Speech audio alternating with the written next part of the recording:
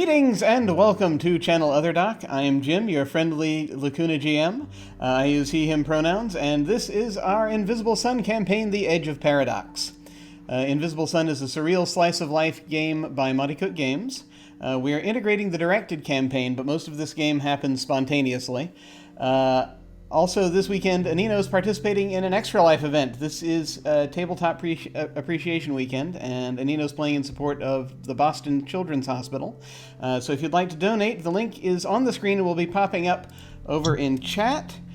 So do feel free to go over and take a look. But in the meantime, let us go around and say hello to everybody. We're down a few players today. So we shall start with Wilde. Hello. Can't hear you. Yes, hello. So, yes, my cat blocked my mouse. Dale. Hello, I am Wilde Engineer, he, they pronouns, and I am playing Shantano today, the itinerant empath of the Orvis Apostate who splinters into fragments. Probably won't be able to murder anyone today, but we'll see. Well, someone's upset about that. My dog's not like your character, apparently. But they're so nice. I don't understand. It's just a little murder, just a little bit. Well, before we dive into the murder, let's move on to Anino. Hello. Hey everybody, my name is Anino. I am playing Mac the Husk, an itinerant enthusiastic of the Order of the Goetica, who provides a vessel for spirits. Excellent, excellent. And finally, Danielle. Hi. Hi, I'm Danielle Racontor on Twitter, and today I will be playing Vormera Vanas. Vor is a connected ardent of the Order of Weavers who shepherds minds. Excellent, excellent. Well, like we do with most games on this channel, we're going to be using the X card, the N card, and the O card. If we hit something that's crossing a line for one of the players, any of them can type an X in the Zoom video chat or anywhere else, or just make an X symbol, and we'll back up and we'll do something else. If something happens that they're okay having in the game, but they don't want a graphic description of it, type an N in the Zoom chat, and they can do that, and then we'll fade to black on it or put it behind a veil, so it'll be there, but we won't go into detail. Finally, if you're exploring a topic or an area of roleplay that's particularly intense for you, but you want to keep going anyway, you can put an O in the chat to let us know you're okay and that we're all good to keep piling on the drama. Something else we can do is we can put an O with a question mark after it when we're moving into a difficult topic or say or do something and then think, maybe that might have been a little too much. But then everyone else can respond to that and let us know if we're still doing okay. And so this is going to be interesting because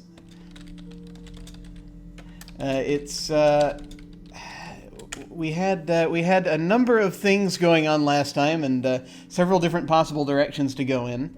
We did not have Vor with us. Now we have Vor with us, but now we do not have... Oh, thank you very much for the bits. That is very much appreciated. Yay. Coolness, coolness. It seems I have positioned that window directly underneath the other window. There, that fixes it. Should that happen again? Awesome.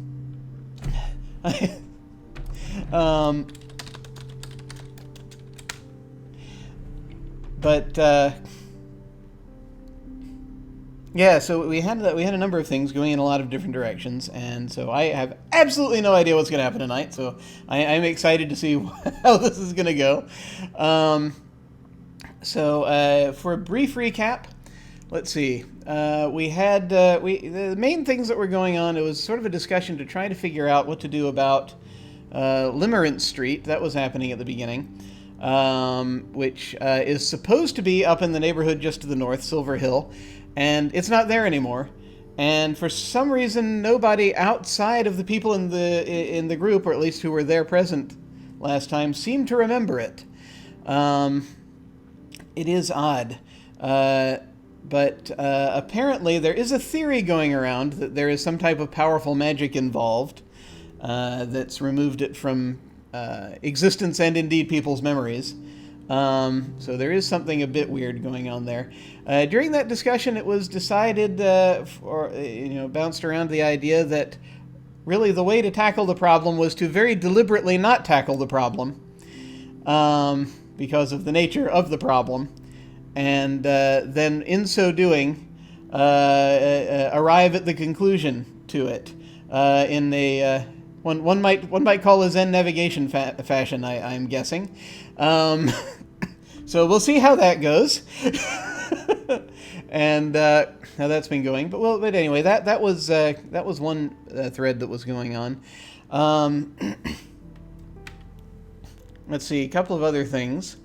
They also decided they wanted to take the that Elderbryn, the one surviving Elderbryn from the attack on the party, back to the Gold, because apparently they're part of some sort of resistance that's happening down there to the Guardian of the Gold, to Her Elegance.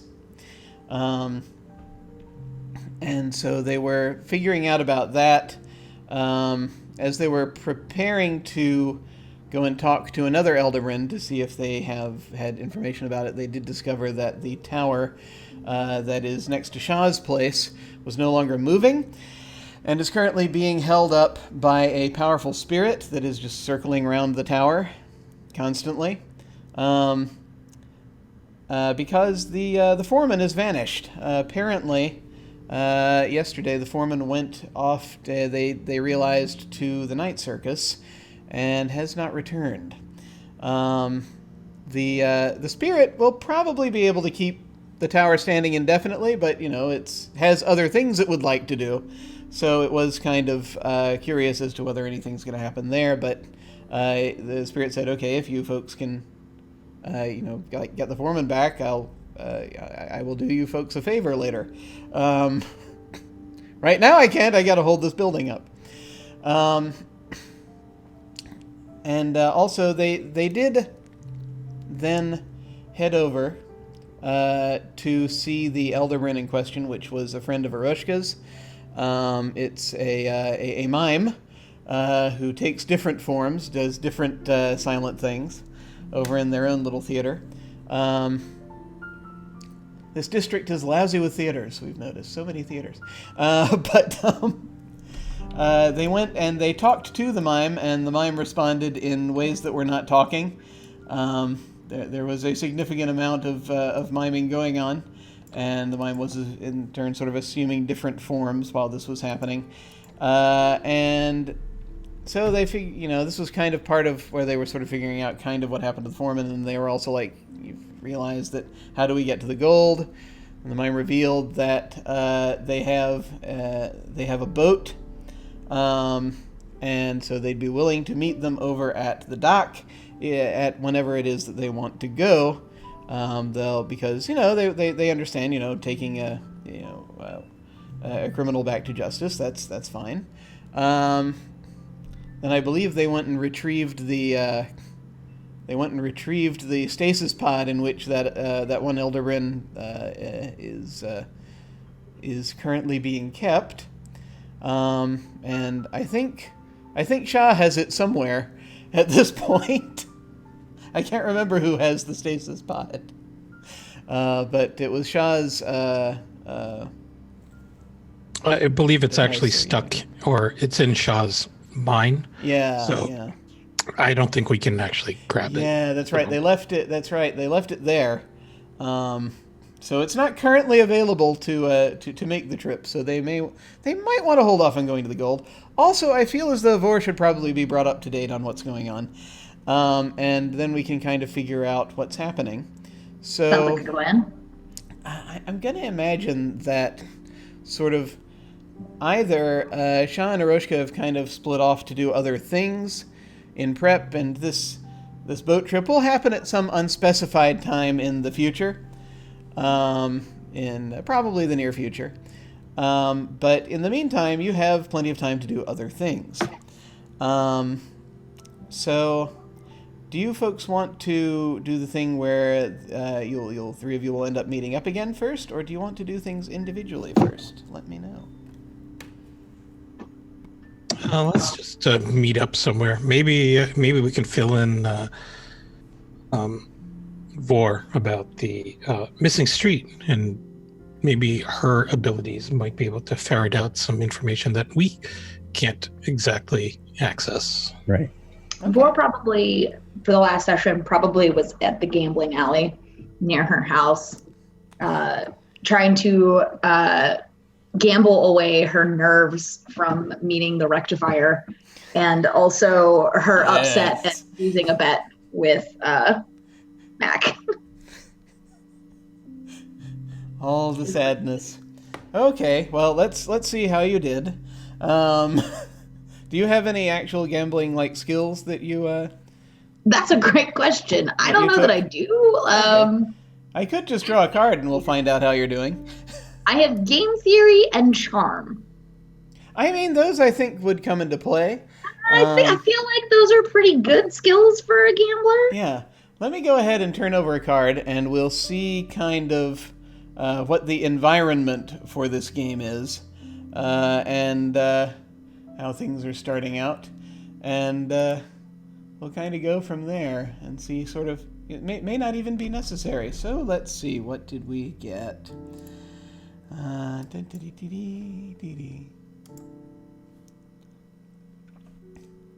So...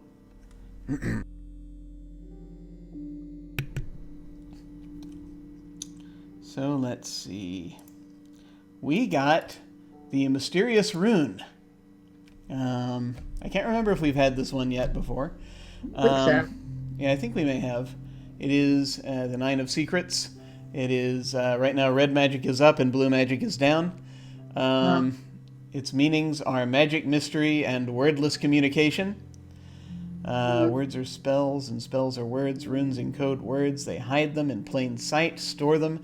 If you can decipher the rune, you gain its meaning and thus its power. Those who scribe a rune, or even those who hold the book or other object the rune marks, are its masters. The Secrets family holds the mystery of a rune, along with all its hidden meanings. It is not an unknowable truth, but a secret that can be learned, though it's likely a difficult and dangerous one. In divination, generally, it's considered a card of good fortune by Vizsla and bad fortune by Nons. Okay. There's mystery afoot. There's something important that can be discovered if the person in question looks for it.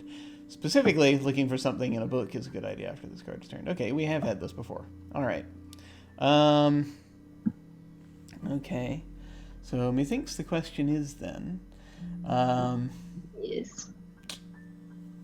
Are you playing with other Vizsla? Or are you playing with... something else? I don't know. We've never really established who the clientele for the gambling alley is. Yeah. I feel like there's probably at least a few other Vizsla, because we've talked about me bringing other people there, and I think there were people at the party who were interested, weren't there? Yeah, because I definitely remember talking to people at the party about it. So I would say probably it's a mix. Okay. Like, this is the sort of place where class is sort of ignored. Like, it doesn't really matter who you are. Anyone can come gamble here. Just be prepared to part with your money if you don't do very well. Excellent. Or if you do too well. Yeah, I know, yeah, right? That too. That's kind of a thing.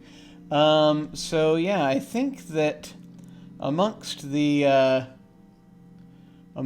folks that something I want to just ask here, just as an accounting thing. I don't think anyone in this campaign yet has used any of their wicked keys, and I just want to check. Is there anyone here who does not have any wicked keys? There was one person who didn't get any. Was that Shantano? I had one to give away, and I did. Oh, you gave one away, but you didn't receive one. Okay, good to know. Good to know. I'm just trying to process for the back of my brain whilst this is going on. Let's see. I completely forgot about those. I've been hanging on to them because I don't really know what to do with them. We haven't really been in a scenario where they've been relevant yet. Oh, well, the thing about that is that they can be relevant in virtually any scenario because They get past a problem. How do we use them? You unlock the thing that's giving you trouble. So, like, say, for example, if you're trying to get past a guard and you want to use the wicked key, you bring up the key and a keyhole will appear in the guard. You put it in and unlock the guard, and then they will let you pass. That is wonderfully creepy. Yes. So that is one example. But let me see, as we're kind of wandering along here. I had a list of folks to kind of throw into these things, and of course, it's all coming in a different order now, isn't it? Yes. All right. Doesn't that always happen? Doesn't it always? Someone has 2 keys, right?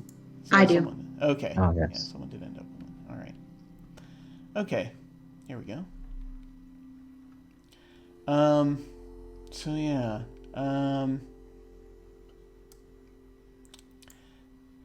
So yeah, there are a few people who are gathered around here. Some of them from the party. And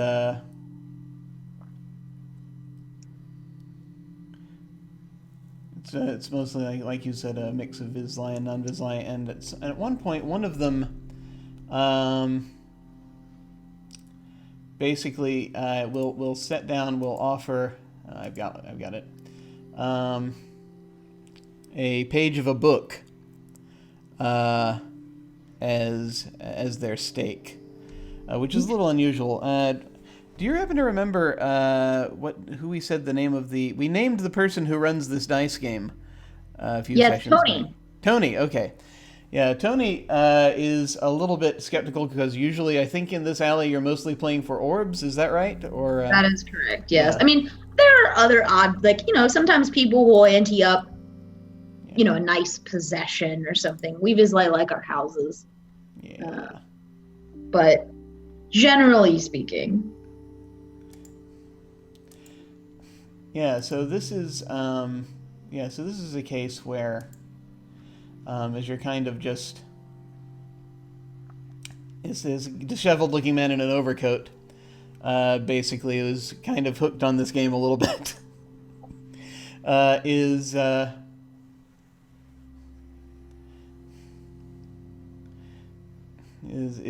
starting to take out. He's got these pages of a book on him, and he's offering one up.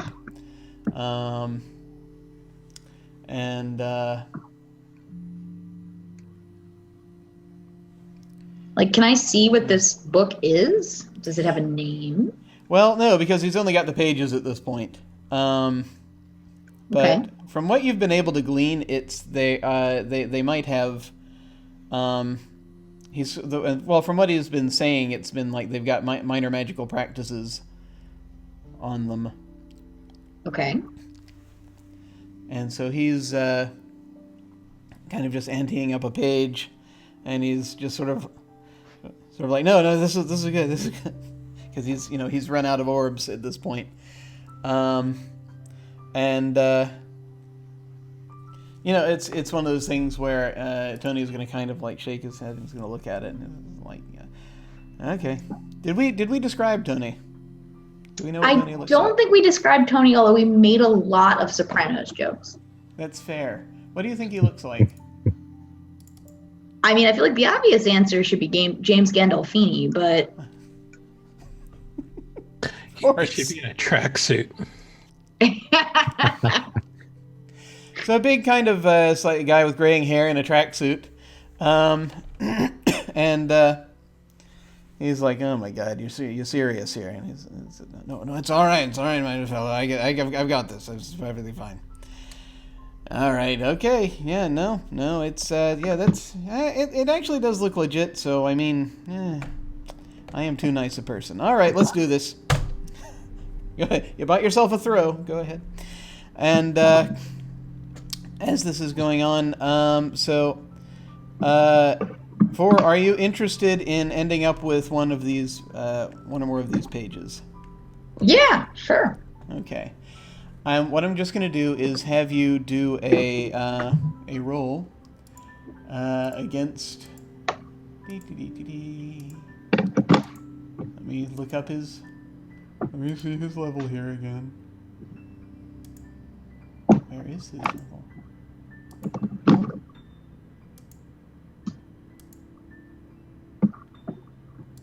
It was right in front of me, and now it is gone.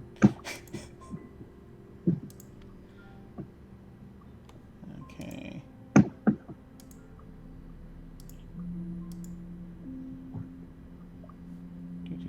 Actually, I can do it more easily this way. Yes, there we go. Okay. He's level 3. Level 3? Yeah. Okay. So can I use my game theory and charm skills to reduce that difficulty? You totally can. Just let me know. Game theory, I kind of, I think we kind of know how you're using that. How are you applying charm in this situation? I mean, sort of as a distraction, to try to like throw him off balance. So like complimenting him on his coat, things like that. Yeah, like fluttering my eyelashes a little bit, yeah, complimenting his coat. I don't know exactly what game we're playing, but like if there are cards to be like peeked at or stolen, like I'll lean in for the compliment and then like take a look at his cards. Like anything along those lines that I can do by sort of just easing myself into his good graces and being a distraction. I think that most of the games in this alley are dice, so it's probably some variation on craps. But it's you can still distract someone and they don't throw quite as well. If you want to do that. Or like accidentally like knock his elbow while he's trying to throw or something and be like, "Oh my God, I'm so sorry. That's terrible. I didn't mean to." like spill my champagne from my champagne flute on him. "Oh, you poor thing," and like get out a handkerchief and be like in his face wiping it off. So this is so you're totally basically going against 3, so 3, so your venture thus far you've got 2 in. So right now you need a 1 or better, which means just basically so I have 3 ranks of skill in game theory and 1 in charm. Okay, you're fine. Okay, you just do it then. So I'm really good at games. So I think in this instance, I'm just going to ask you to roll a d10 and divide it by 2, and that's how many pages you're going to get. Sweet.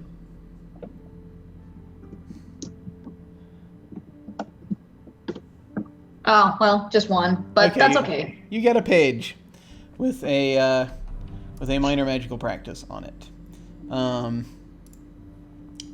So that'll... I'll glance at it and then, tuck it away in my blazer pocket. Yeah, and we'll figure out what that is as in the fullness of time. And as this is going on, this is the environment that I think that Shantanu and Mac are going to roll up on as they've been sort of out looking around for Vor, because Vor needs to be put in the loop and to find out what's going on. You walk in, she's just won this page and is like admiring it, and then probably giving this guy some friendly ribbing for losing it. Friendly, not being sore, but this is much more. I gotta say, this is much more cutthroat. I've got to say, this is much more cutthroat than the dice games up in Silver Hill. I got to tell you that. I don't know what accent this guy has.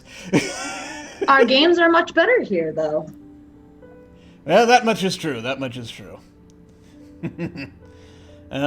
Plenty more of those. I've got plenty more of those for sale if you should be looking into it. Do you have a store or a shop? He just sort of pats his coat. Traveling salesman. Quite. Precisely what I do. Do you sell anything other than random book pages? It's just the book pages right now. But I'm looking at maybe expanding my inventory later on if I've figured out something So I do understand that there are all manner of things that can be harvested around here. It's a good neighborhood for that. Probably find some interesting customers as well. Indeed. He tips his hat. He says, "Well, I'll be taking my leave. Don't want to get too deep before before anything else happens. Good night to you." Good night. And so, Mac and Chantino, you see this guy leaving this alley, and there's where you spot Vor. You've sort of been walking through the square, and you just sort of see that happening. Vor waves. Sorry for walking out on our dinner so abruptly. Well, that's all right. He had to do 4 things, and he's going to turn his head and look back and say, just like robbing that poor guy blind at the game table, huh? I wouldn't say robbing him blind, but... And I kind of wave the sheet of paper. I mean, spells, magic... Seemed interesting. He offered. That's fair. There's a lot of desperation around here. It's just like a fog of desperation all around. Well, if desperation is something you're into, this is definitely the right place. Are you always a cause of it? Maybe half the time. I'm not here 24/7.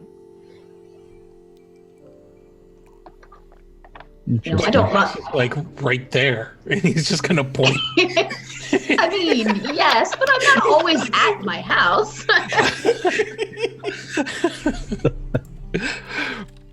Sometimes I go other places. Speaking of other places, we just got back from Limerence Street, or the place formerly known as Limerence Street, and we have a bit of a problem. We can't find the street. And nobody seems to remember this street. I'm just going to break in briefly and tell Vor that you do, in fact, remember Limerence Street. Okay, I was going to ask that. What do you mean nobody remembers Limerence Street? Well, when we got there, the space was sort of folded in on itself, and there was no way to actually travel to it. Right. I had to talk to a cat to sort of figure out what was going on. He said that there was some sort of powerful magic that's making everybody in that area forget about it. And so, neither of us are very good at manipulating memories or reading minds, and who better to perform interrogations of a deeper nature than Vor? Flatterer. I know. I'm really good at that. All right. Whose mind do you want me to read? Do you have someone in mind, or do you just want me to wander the streets? Wandering tends to work well for me.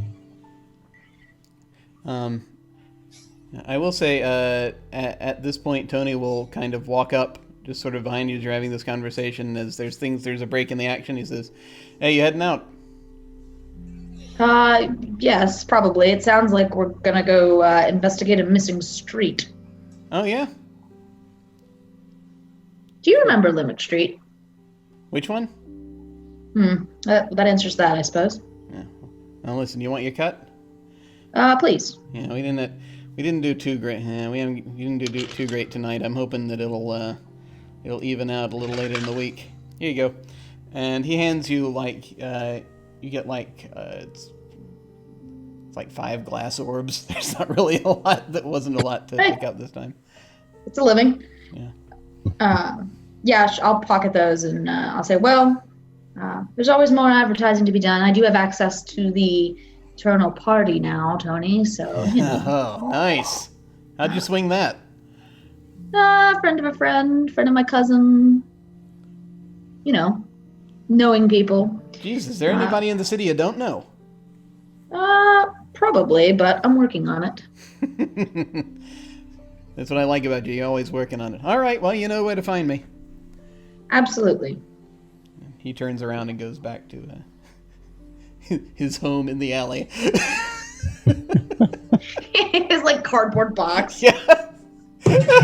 Hey, it's a refrigerator box. It's like the king of cardboard boxes. Well, no, but it's probably like if he's a Vizsla, it's probably a cardboard box on the outside, but it's actually a whole house on the inside.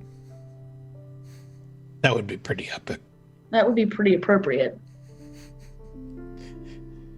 He turns And I'm homeless. opens his refrigerator box and just steps in, and then you don't see him anymore. That sounds right. Okay. Well, I will turn back to Mac and Shantanu. Shall we? Where did you find this cat? Maybe that's a good place to start. It's over by where the Maroons should have been. I believe Silver Hill. Yeah, Silver Hill. I believe we fed it some fish, didn't you, Mac? Yes. Yes, it likes fish. Well, then should we... I don't know, should we pick up a fish? Do we need to talk to this cat some more? I can pick its brain if you'd like. Well, I think we've gotten all we can out of that cat. I mean, let's be real. I was only distracting it from chasing its tail.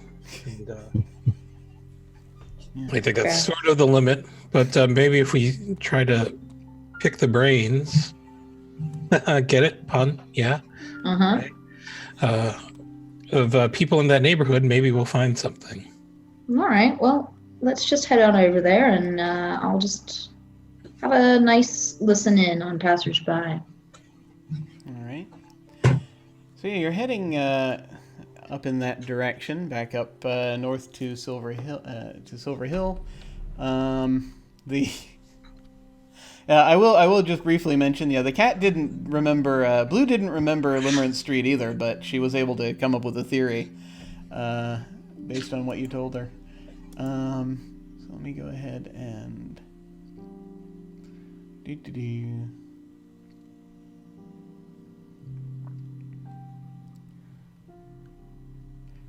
me see here.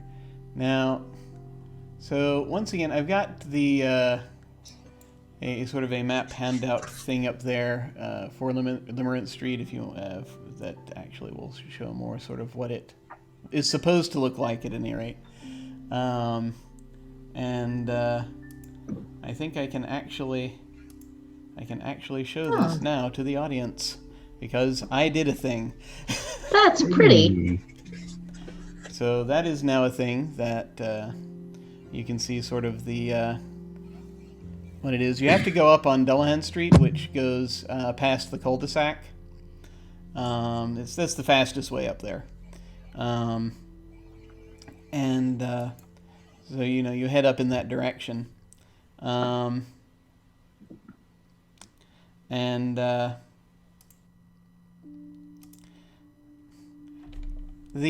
actual state of affairs when you get up there, the easiest thing to kind of describe here is it is kind of like where the street is supposed to be.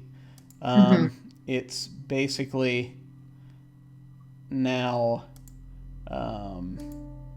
it's like buildings end kind of roughly, and then on the other side other buildings continue.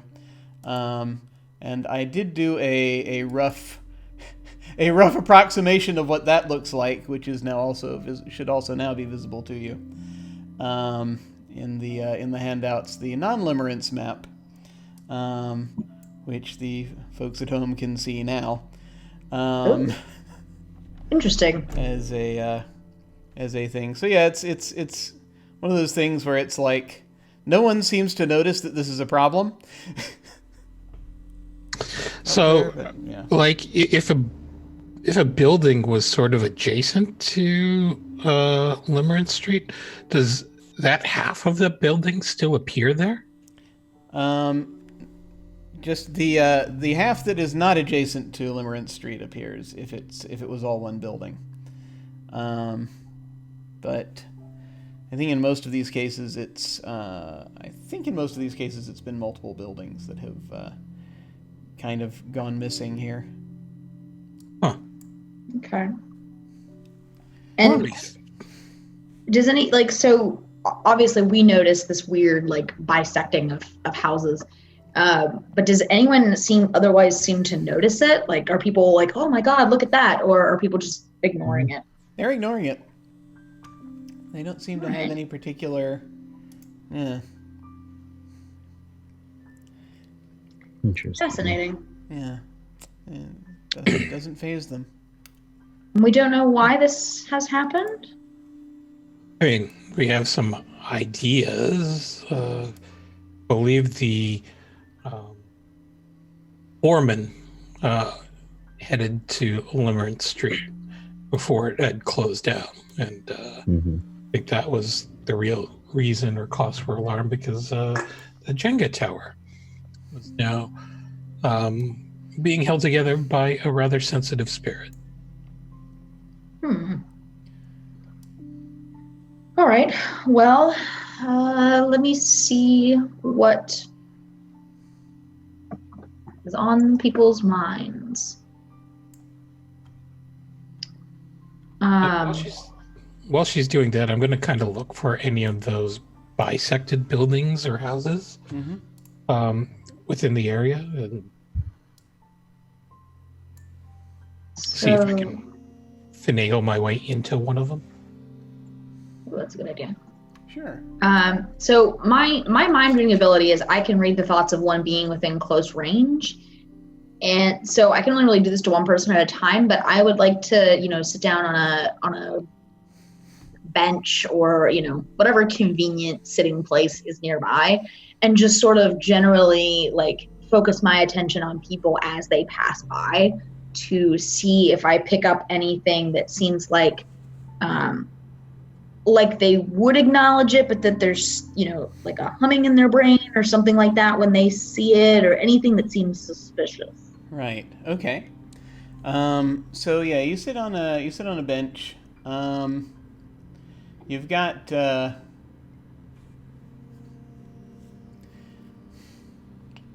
you've got basically sort of in this neighborhood. You have Dullahan Street and Imago Street. There's a lot of different sort of businesses of various types on them. And I think you're probably still we've gone back on to Dullahan Street, so you're kind of near the market. And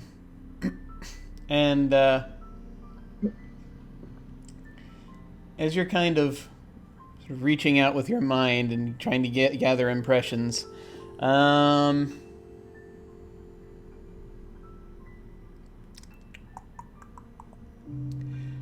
am going to ask for something a little strange.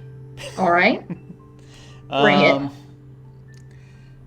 I think I'm going to ask you to tell me what sort of things you would bring to it, but I'm not going to give you a specific challenge level. Okay. I just kind of want to see how well you do and apply something to it. Okay. Well, so my the ability of this is a level 2 ability with +1 die, if that matters here. Gotcha. And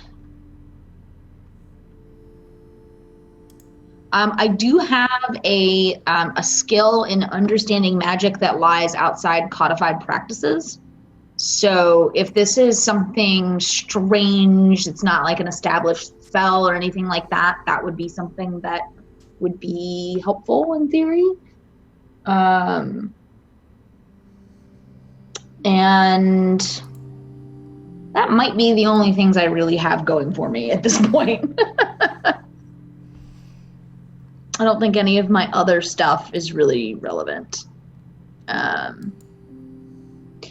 The only other thing I could think of that maybe would be helpful, so I have a new Crux ability that lets me disrupt the mental patterns of a being in short range. So since I'm able to disrupt the patterns of somebody's brain, maybe that translates into being able to recognize when the patterns of someone's brain have already been disrupted by something else. Okay. That's all I got. No, that's fine. So yeah, that's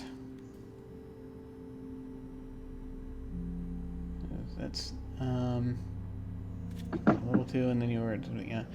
So how many points would you reckon that is as you're putting toward this, or you would be able to put toward this?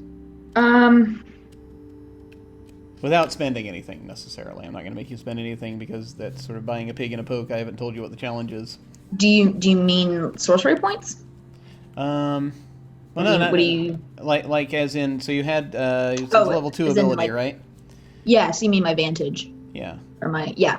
vantage. So the mind reading is a 2 ability. The disrupting one is a 3 ability.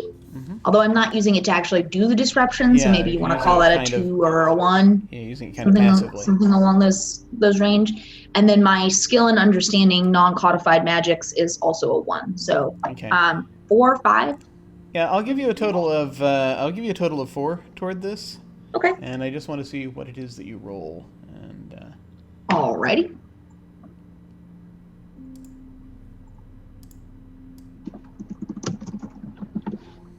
Six. okay.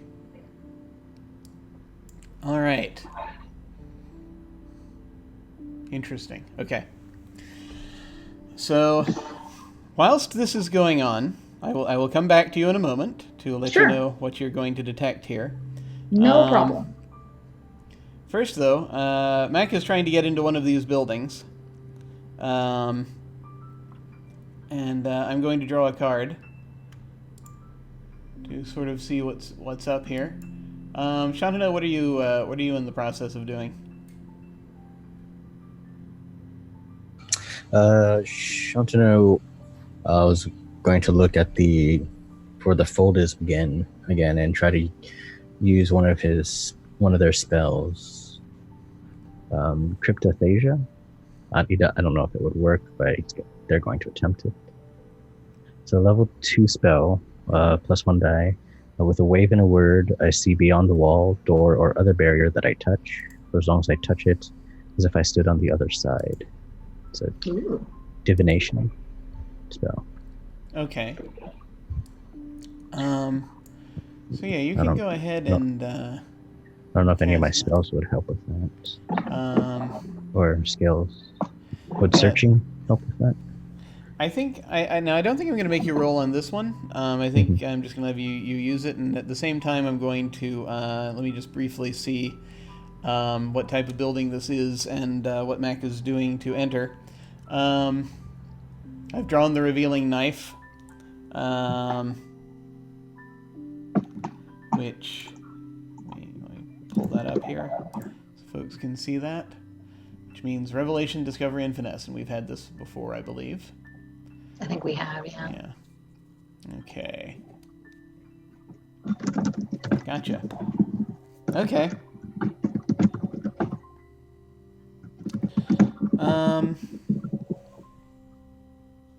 Yes. Okay. So let me pull this up here real quick.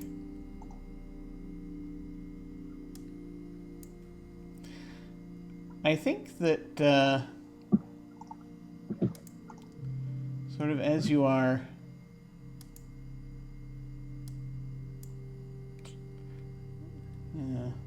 as you're heading over, let me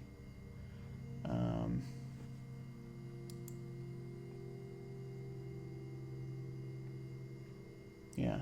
Okay. Yeah. There are several things I can do here. Good.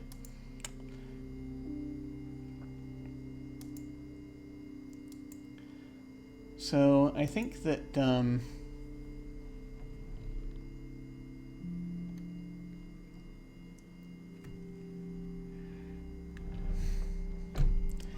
Mac, you basically go up to a door and you knock, and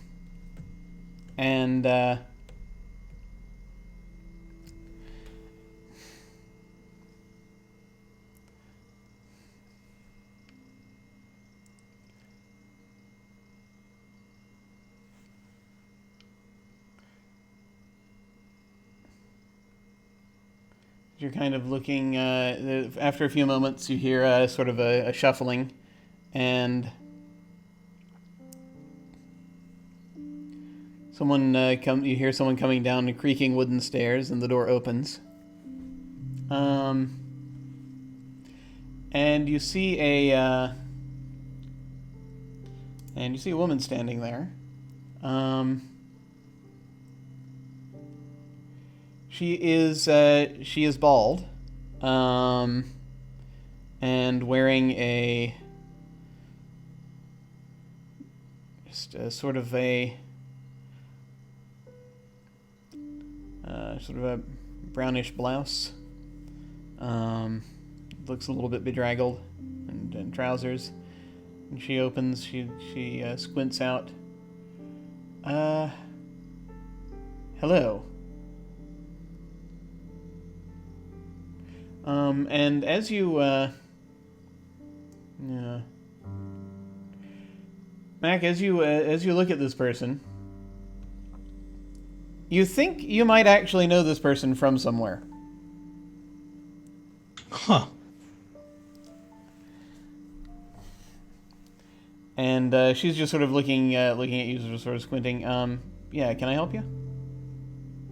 Yeah, name's Mac. I am with the Church of Illuminism. I'm here investigating a number of spirits that have been traveling through Silver Hill, and I believe one may be using your home as a jumping off point for conducting some really mysterious business.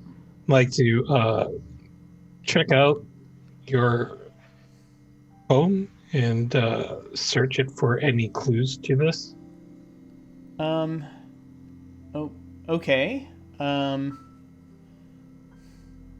don't think that'll be a problem.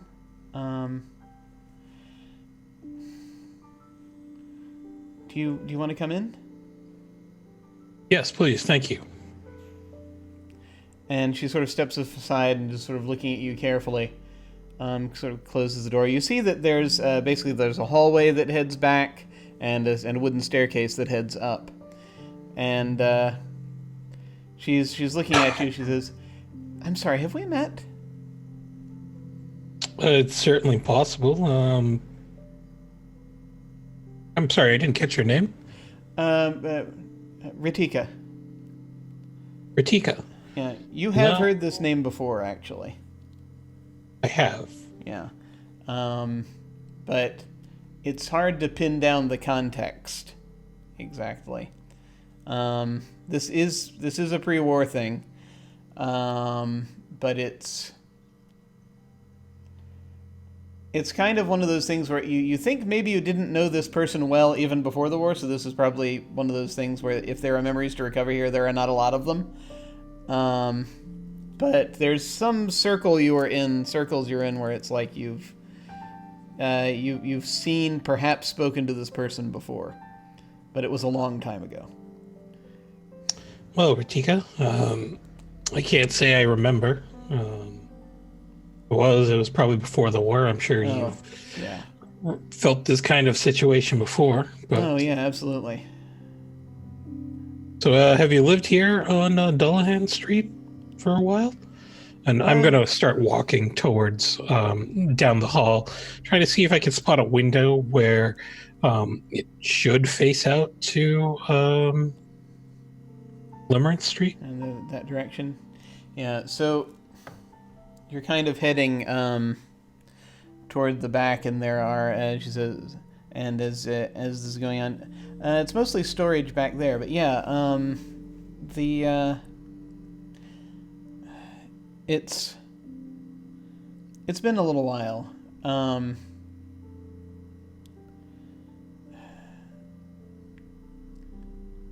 I haven't.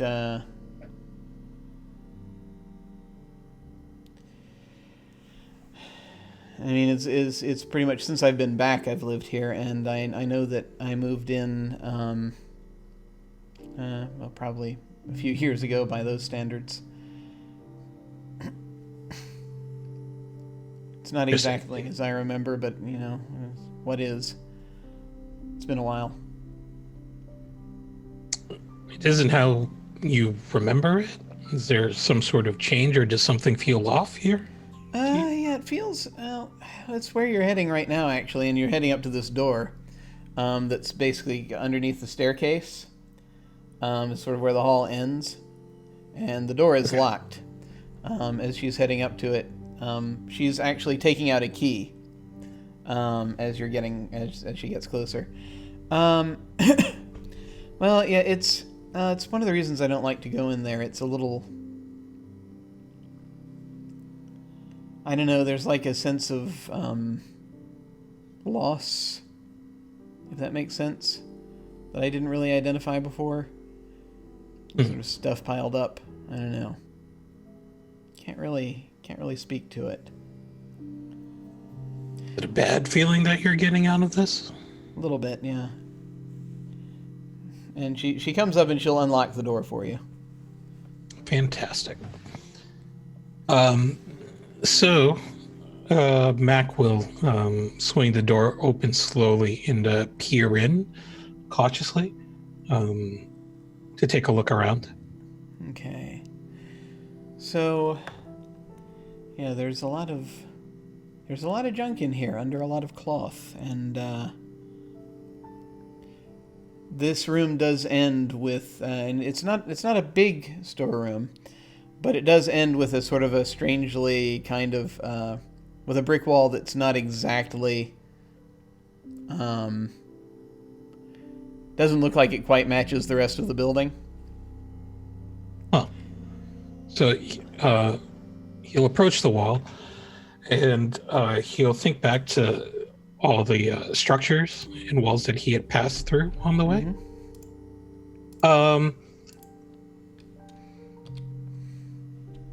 This house doesn't strike me as one that's built out of brick, but you have a brick wall here. Oh yeah, this was I don't know. They were. I wasn't here when this building was put up, but they. My understanding is that they were just kind of continuing on from what was already there. Huh. I'm going to cut outside for a moment. And let's see, what order do I want to do this in? I think that, yeah. For the moment, I'm gonna hop back to Vor first. And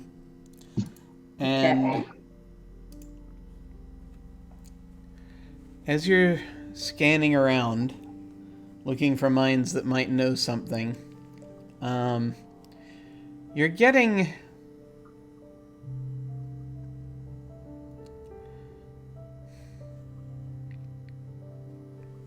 it's difficult, right? Because it's very slippery. But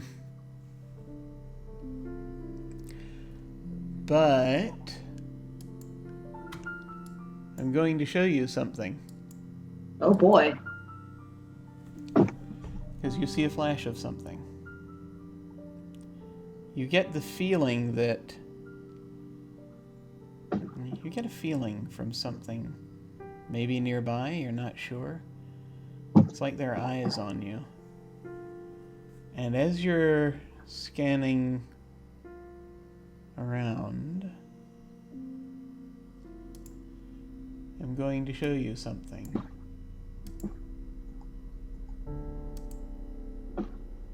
That you will now be able to see along with one or two other people. And there we go, something. Oh, Jesus.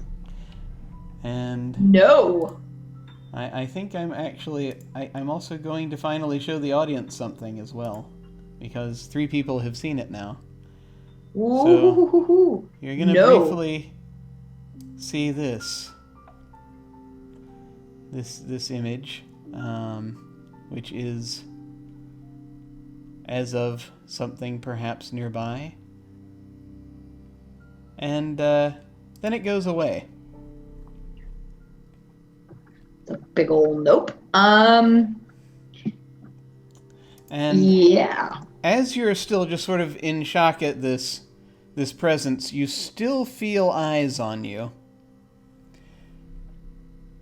Do I sense the direction of the eyes? Well, they're very close. Oh, And great. you can hear this thought, this stray thought, that's basically, no, just stay still, almost got it. And it's Oh my like God. right behind you. I will stand up and turn around. Okay. When you do that, you see that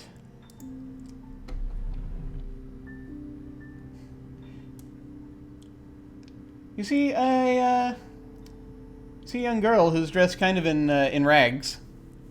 Well, yeah, somewhat. Well, yeah, she's dressed in she's dressed in a short jacket and jeans. Mm-hmm. And you noticed that she was trying to reach into your pocket. And she's got kind of a hood on, just as she's doing it. And she just sort of, as you immediately leap up and turn around, she's like, and she turns and bolts. Did I get anything from her that seemed any more malicious than just a pickpocket? No, you don't Okay. think so, but it was very much on the heels of that other thing. Okay. I would like to do two things. First, make sure she did not take anything from said pockets. And second, memorize her face. So you're saying I got the sense of that thing pretty much right as I heard her. Like the two were almost simultaneous, right? Almost simultaneous, yes. You're pretty sure they're not the same thing, though. It's not like, you know. Okay, but is it enough closeness that I think they might be related?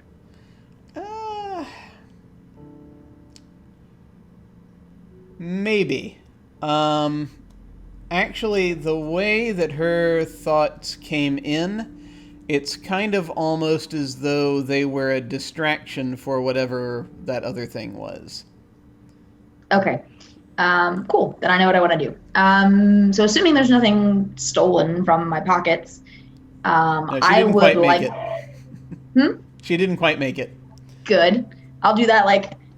Okay, and then I'd like to go ahead and use my mind jolt ability on her to try to. I don't want to kill her. I don't really know how damage works, but I just basically like to knock her unconscious essentially, so that I can get a hold of her and ask her if she knows anything about the freaky ghost spirit. Excellent. Thing. So, go ahead and let's see. She is a level 2. Okay, so this is a level 3 ability. Yeah, so you've got it. So you can just do it Cool. if you would like to do it. I would like to do that, so I don't actually snap my fingers. I don't have to. I am, however, going to I'm going to do a GM shift here. Okay. So which means you you get a free despair. All right. And as she is racing down, she's gotten by the time you've finished checking your pockets and checking your brain and recovering from all that, she's about almost a block away. These aren't huge blocks. Okay. But you do it. You hit her with it from a distance. Mm-hmm. As you are doing that, a figure steps out in front of her Oh no. that you find familiar Oh no. because it's someone you ran into quite recently. Uh-oh. The This dude has it out for me. the gentleman who who gave you the business card, Mr. Child. Mr. Child. Is very tall, 7 to 8 foot tall. Now he's got his top hat on, so he's even taller. Clad in black, moving like he's made of poles. steps out of an alleyway, as though he was kind of waiting for her, and reaches down. But that's when you've hit her with the jolt, and she's like, ah, and she collapses in front of him.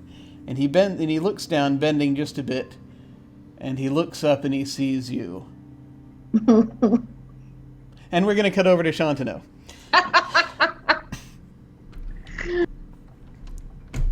Oh my. So here's what's going on your end of things as you're sensing this. Can you remind me one more time what that spell does? Yes, let me put with a wave and a word, I see beyond the wall, door, or other barrier that I touch, for as long as I touch it, as if I stood on the other side. Okay. So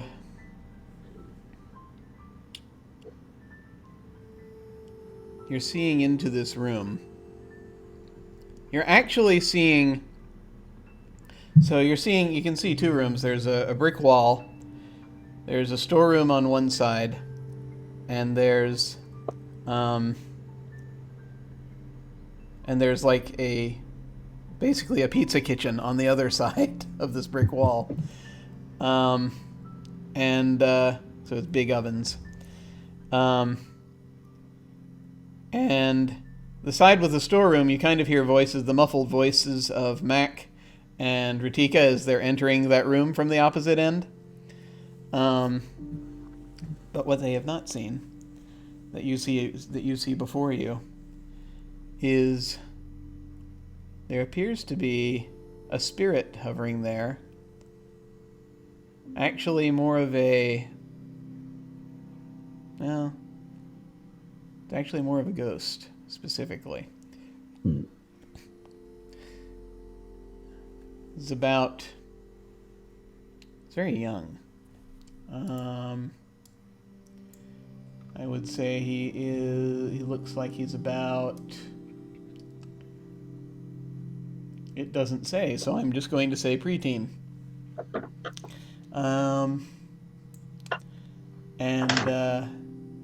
Sort of hovering there, you can kind of see his skeleton a little bit.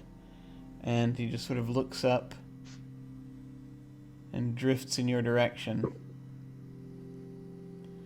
And he asks, and he just sort of looks directly at you, even though you're looking from the other side of a wall. And he says, "What are you looking for?" I'm going to hop back for a moment to Mac, who's entered on the other side. You do sense that there is something in this room, the further into it you get.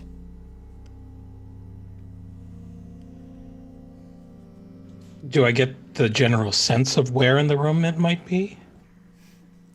Yeah, so there's a tarp that kind of has been hung on one side of the room.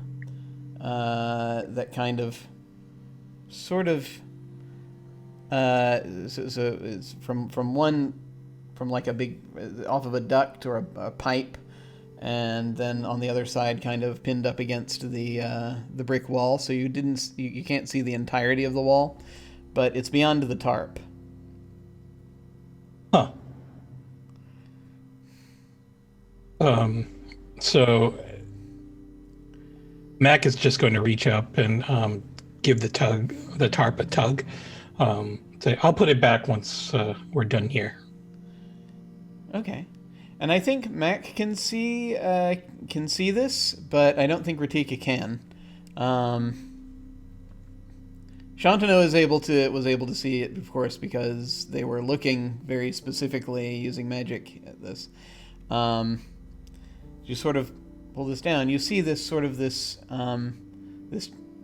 child. It's a ghost hovering in the middle of the air.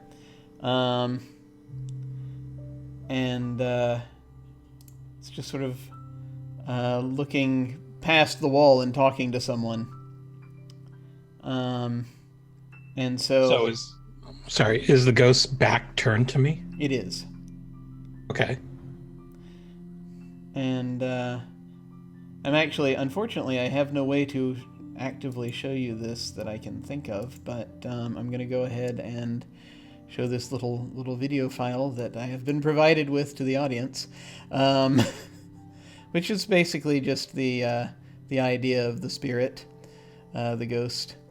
It's like a little boy, and then you see it's like it's more sort of ghost you can see through, see a skeleton.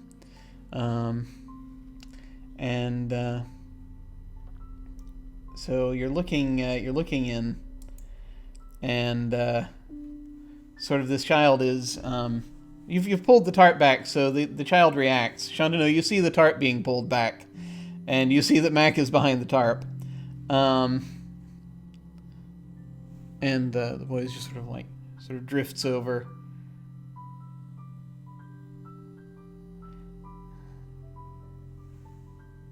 What are you looking for? He turns and looks at Mac. Certainly not a ghost. I'm looking for Limerence Street. There's a ghost in here? Ritika says. Yeah, and he's just going to gesture at the general location. Wow, I was right. Or isn't this coincidental? Because I wasn't really expecting to find something here. And the child just sort of looks at Limerence Street. And he looks over at Shantanu, who can still see and hear everything that's going on in here, and says, "Are you also looking for Limerence Street?" I am. Just like him. Ooh. And the kid just now seems to have been distracted by something, Mac, and drifts out through the wall. So Mac is going to attempt to walk through the wall. So you've discovered a couple of things about this wall.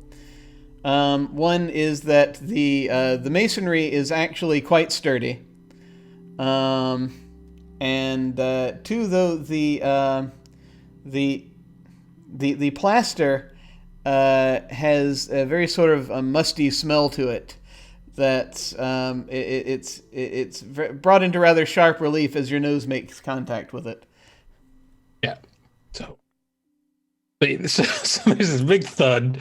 He steps back and he's just gonna rub his nose and go, "Itai." Oh, are you okay? Yeah. That's wow. Okay. I am not a ghost or a spirit, so I don't know why I thought that might work. You're definitely hearing Shantanu chuckle. Yeah, Shantanu can see this too. Yeah, there's someone on the other side of this wall. Ritika's like, "Oh, all right. Do you need I can get you something. Do you need? I should probably check to see if that's gonna bruise or anything." No, it's fine. He's just going to touch his nose a little bit. I mean, it is kind of flat anyway, but yeah, it's okay. You're fine. Yeah, it's okay. You didn't run at it at full tilt or anything. You know? No. He just tried to walk through it, and he's just going to fold up the tarp neatly and go, "Huh, this is really strange." This does feel better. A little Does? bit. Well, there was if it was a ghost, then it doesn't feel like I don't feel the dread right now, which is nice, really nice.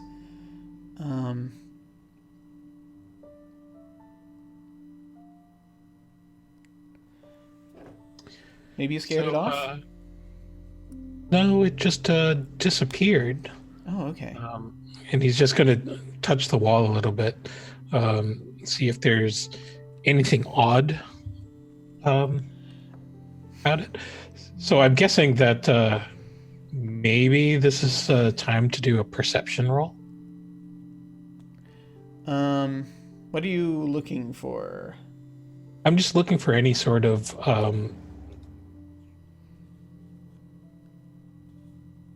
mystical anomaly, I guess, or Okay. inconsistency within the wall. What abilities are you bringing to bear on it?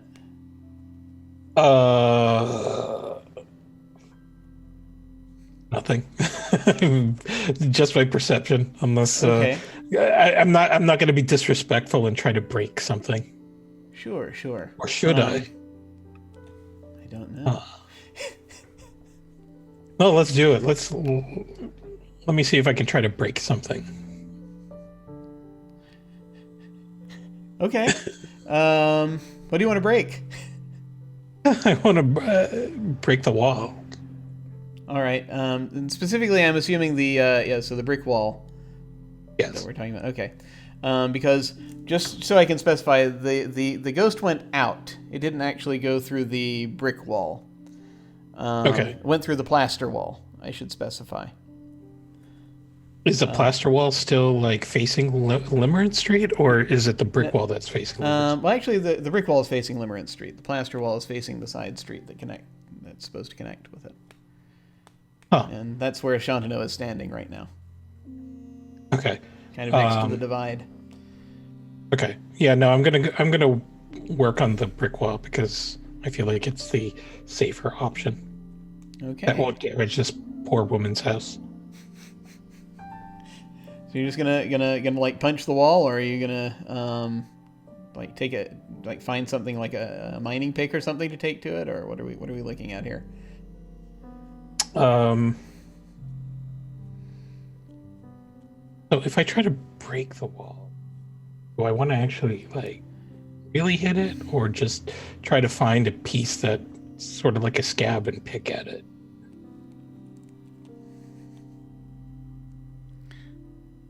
Up to you.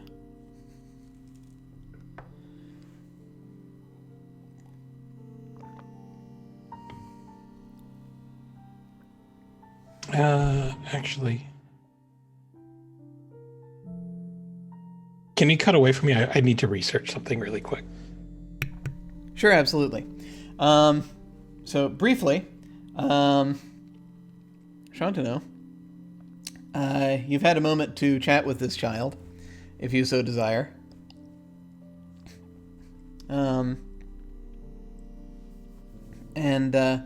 So it comes out, and the child comes out and says, "I haven't been able to find Limerence Street."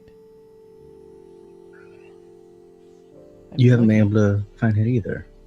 No, it was where I was staying.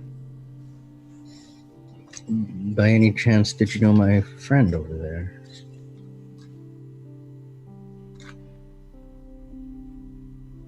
Oh, Garrett?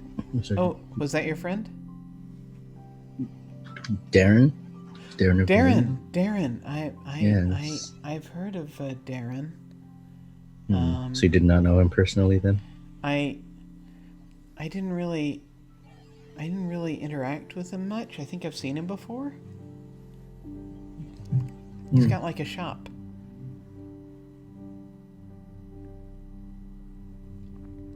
Interesting. Or he did. I can't find it now. Well, you are only the second person, entity to have, aside from my group, to have missed Limerence Street as well. Oh. I was up in the big house, the big empty house, up next to the book. Oh, really?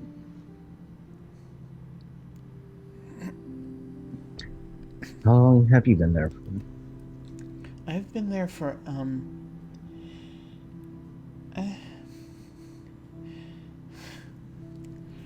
it's been too long. It's been very long. I can't remember exactly. I don't know. I've been there a long time, and then I went out and it wasn't there anymore. I couldn't find it, and it's where I've been living for like years and years, and I don't know.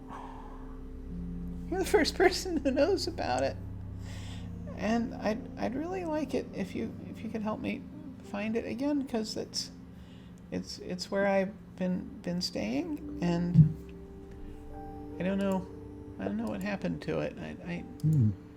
It was one place I could go where nobody would bother me. Well, And perhaps we could help each other it was then, nice. since we're both looking for it. I'd like that. I can help you. Mm-hmm. But yeah, I can't remember how I got there or what happened. And I don't. Well, maybe. But I've been there a while, and it would be nice to have it back so I can try to remember. Well, you should speak to my friend Mac. The one who walked into the wall. Oh, okay. Yes, they seem to be pretty good at dealing with spirits. Probably better than I am. Probably once I stop looking through, I probably won't be able to see you anymore. Honestly. Oh, that's nice. Well, I can make sure you'll see me. Oh. Yes. You're very nice. Oh. Yes, I am nice. So I think at that moment is when you're going to notice, because you're kind of, I think that Vor's bench was kind of on near a corner. So sort of in your peripheral vision, you see her stand up and this kid go running out of your field of vision, down the sort of at the corner,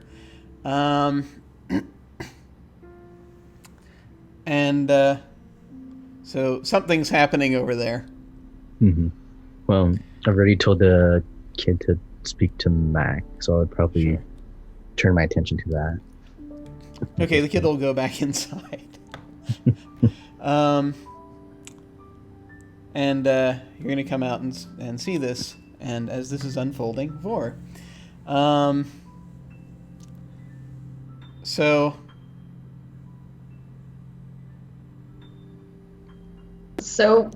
Vor's reaction to being scared is to just pretend like she's not scared. Mm-hmm. So when she sees Mr. Child, she's just going to kind of give a jaunty wave.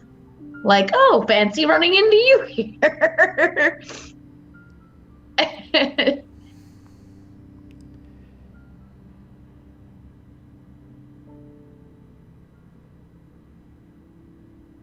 Why did you do that?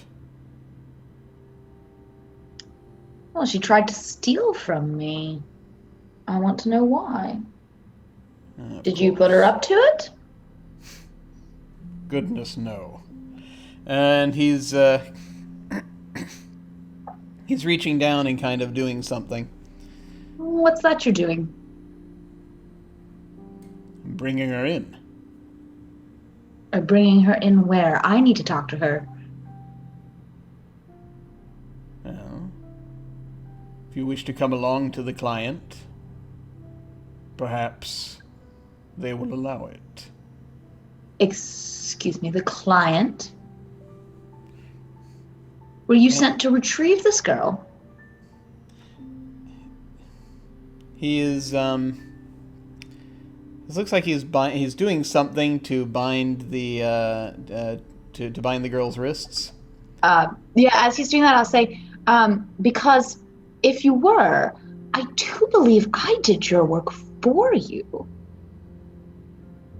Which means I should receive a share in any payment or reward that you're getting. He just kind of looks up and glares. Oh, there's no need to stare like that. You know it's fair.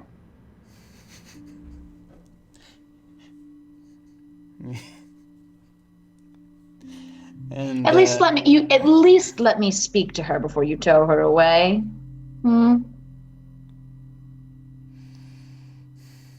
Okay, you are trying to convince Mr. Child, who is not necessarily terribly kindly disposed to you, but we'll see how this goes. No, but I did make a legitimate point. I did do his job for him if he's trying to bring this girl in. So let's see. Dee. Let me pull him up again. I think he's a 6. He is a 6. Oh dear. And so he does have certain defenses depending on what you're trying to do. Well, I kind of learned my lesson last time about like poking around in his brain.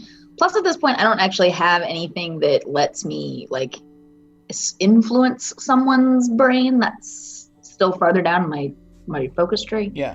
So you're just going to try to just convince him just through. Yeah, I'm really just trying to use the sheer logic of it at this point. Like, dude, if you were sent here to bring her in, I incapacitated her. Ergo, I did your job. So I'm going to give you a 1-point asset for having done that. Okay, that's good. And so you're this is versus a 6. So what else are you bringing in? Hang on. I do have a lingering interaction, Bene. If I can use that. This is interaction, definitely.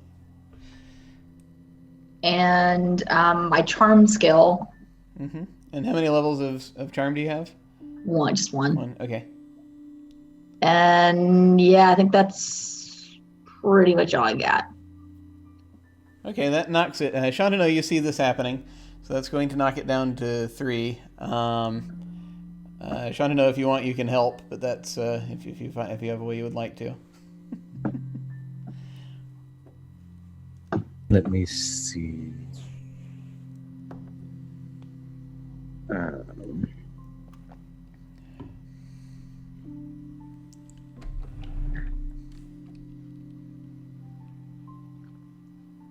This is just through.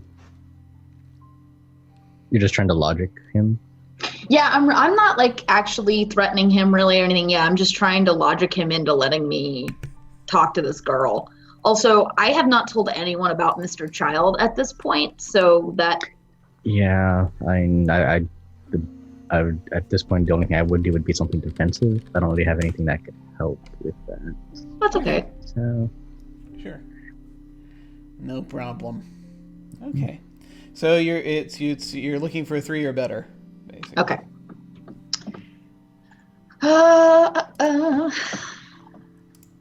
Here's hoping. 7. 7. Okay.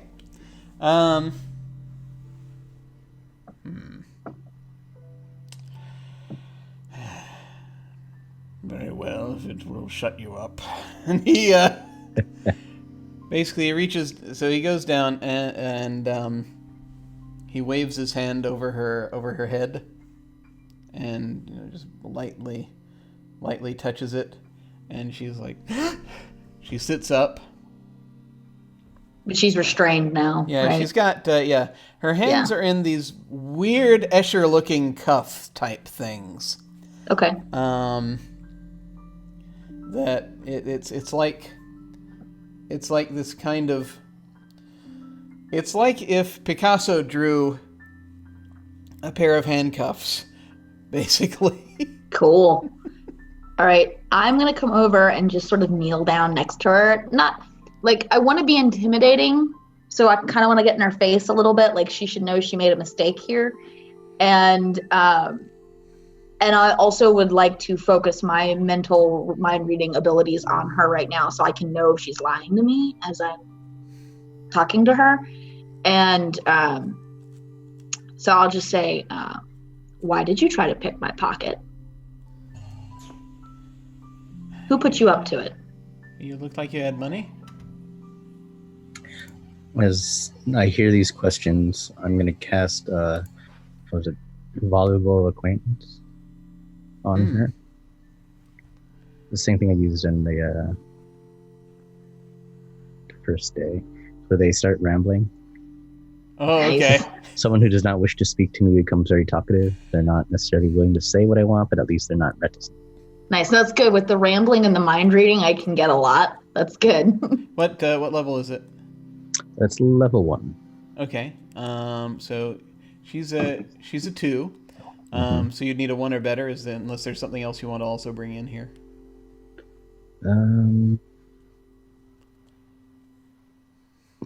For me, I can add my own skill. You mean, or I have sting through deception and understanding motives. Oh, okay. Yeah, you've got it. It's yeah. So you don't need to roll. She's she is very outclassed here. So let's see.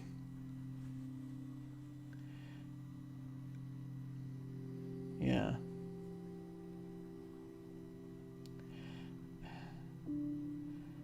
No, and I've got to bring something home. I've got to bring something home because if I don't, I don't. Brig's never going to let me go out again, and I've got to go out to be able to get it because I got to prove that I can do this. And you looked like you had money, and I thought that you'd be an easy mark, and you were distracted by something, and so I thought that you could do it. First of all, let this be a lesson to you about picking the pockets of Wilde. Second of all, who is Brig? Brig's my brother. Mm-hmm. Yeah. And would Brig have anything to do with, and I don't know if I can do this, but I mean, I'm going to assume I can, maybe with telepathy. Can I put the image of that spirit thing in her head? Oh, Jesus. I don't see why not. You saw it. Because I saw it right around when she tried to pickpocket me. So I'm going to put that image in her head, and I'm like, and does he have anything to do with this? She's like, ah! What is that? Why don't you tell me? I don't know what that is. Oh, God, that looks terrible. So she's not lying to me, right? Like, No. Okay. All right. Well, that was worth a shot. The child is kind of looking sort of suspiciously at you. I'm gonna look over my shoulder at Mr. Child, and then I'm gonna say, "Do you know him?"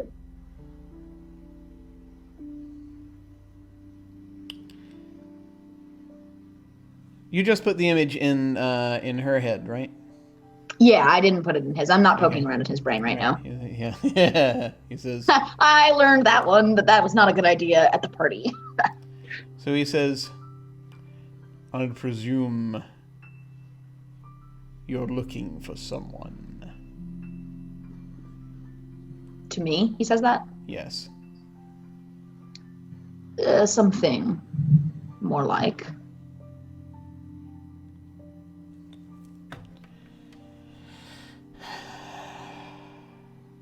But I'm also a little bit curious why. Can you describe it? Would you permit me to share the image? And he says, he nods. He just nods. Then I'll send it to him as well. Okay. He'll pick it up. He'll look thoughtful.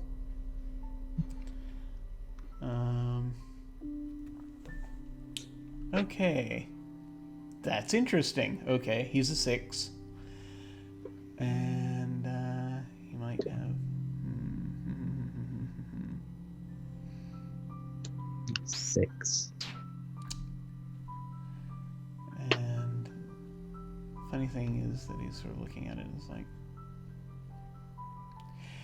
That looks very much like a creature called the Seeker of Souls. The Seeker of Souls? Yes. Sounds intimidating. Do you know anything else about it? It is interested in soul magic, transference, that sort of thing. Is there any reason it might be lurking around here that you're aware of? No. We had a mutual acquaintance who was in this area once. He says, actually, he looks at you, he says, as you may recall, you and I had a mutual acquaintance in this area who did a certain degree of soul work. It is possible that it might have been drawn here due to some excess that might be left behind. Do I know who he's talking about? Is it Mac? Yes, no. It's actually, you think he's talking about Axon, that Axon. guy, and you're actually now slowly, you're finally getting a picture, a little bit of what Axon looked like. Mm-hmm. It was hard because he liked to change his appearance. Okay. But you're getting a sort of sandy blonde hair and semi-transparent skin that sort of changes in transparency, little sort of bits. And I have from glowing. last time, like he's running a shop somewhere. Like I know roughly where he is right now. Well, yeah, he was on Limerence Street. Now that you're thinking Oh. back, so Well, it's like, that's oh not yeah, gonna be he's right over. helpful. Oh yeah, he's right over. Oh. oh shit. Yeah, I have that like whole chain of thoughts. I'm just like, and I'll look back at Mr. Chow and I go, well, I don't believe we can exactly talk to Axon right now. In case you may not have noticed, a certain street has gone missing.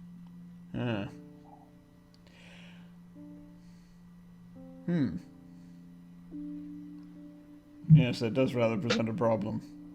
Doesn't it? And by the way, does this, and I point at the kid, I'm like, does she have anything to do with this seeker of souls that you know of? Is your reason for hunting her anything related to that? He, let's see. You mentioned a client. Yeah. Yes, her client is her brother. Oh, interesting. And her brother, Brig, is he... I mean, clearly he has money if he can afford to hire you.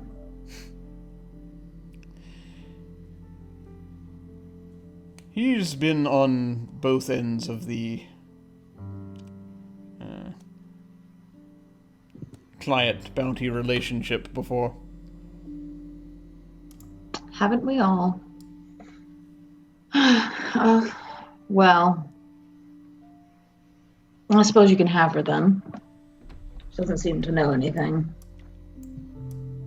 Shantano's gonna bend down and give 10 orbs to the girl.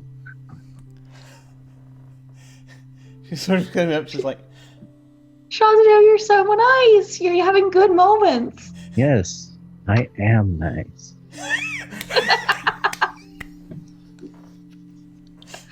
thank you so much. And Child is just sort of looking impatient, but he doesn't try to take it from her or anything. She just quietly, she stows it away. And she's like, okay, fine. She's kind of getting up. And she looks over at Shantano. She says, thank you so much. I'm Nilla. Hello, Nilla. Said, Milla, remember what I said. No more stealing from Bisley.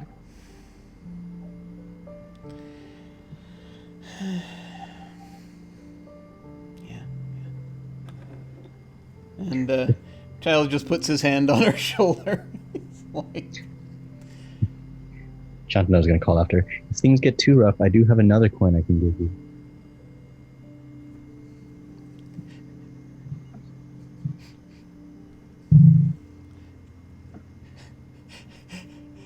she just sort of looks up at that, and the Child just starts steering her off, and he's sort of shaking his head and says,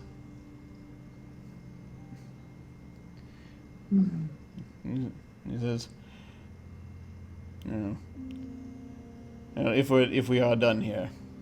Yeah, you can take her. We're done for now.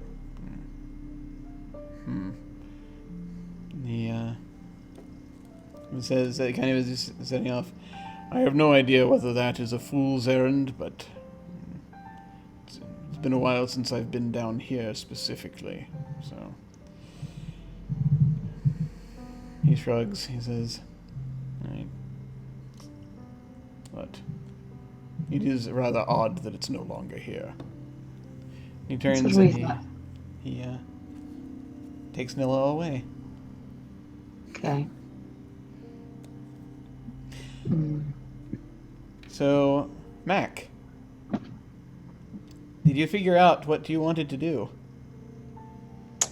Yeah. So Mac is standing there looking at the ephemera, the cephalic seeker, which is basically a head of a beetle, and Oh yeah. and he's thinking, I don't think this is really going to help. This just detects magic. But the thing I want is through that wall. Did this spirit kid come back here yet? Yeah, it sort of comes, it drifts back in for a moment, and he just sort of is looking at you. And he nods, he's like, what's through the wall? Well, if I'm right, it should be Limerick Street.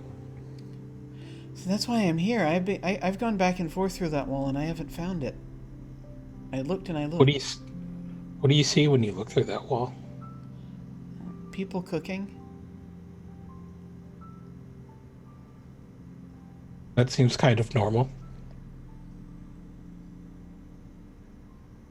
Could you poke your head through that wall and see if they're there still? Okay. And he turns and he pokes his head through the wall. And he pulls his head back. Says, yeah, they've got a big oven. Are they in there now? Can you communicate with them?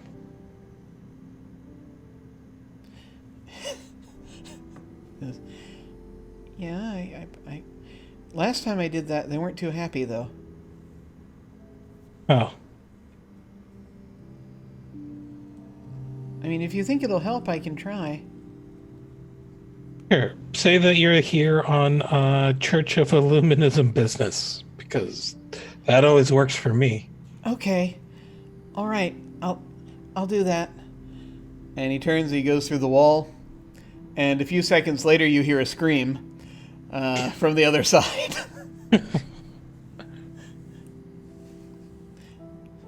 And a few seconds later, he comes immediately back through. He says, they weren't very happy about... I don't think they like the Church of Illuminism. Oh, that's really unfortunate.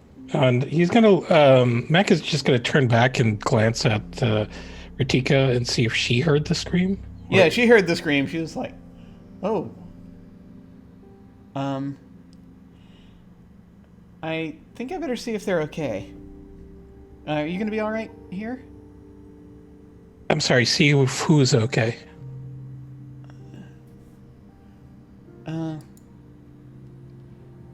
Yeah, John and Nancy, they run the pizzeria over there.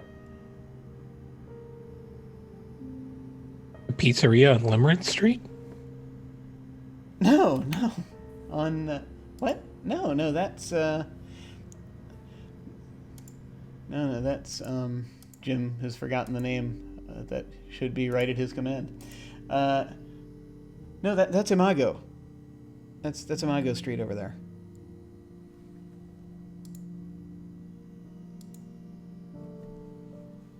Huh. So it passes straight through the space where Limerick Street should be. That's really weird. Yeah, I'll be right back. I just want to make sure they're all right. And she turns and she starts heading out. He's gonna wait. Wait, why are you going to check on them? They're like a whole block over.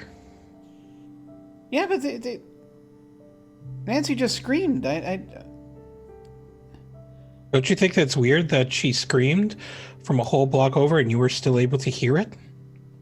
As if she was in the next room over? But well, she is in the next room over. She's on the other side of the wall.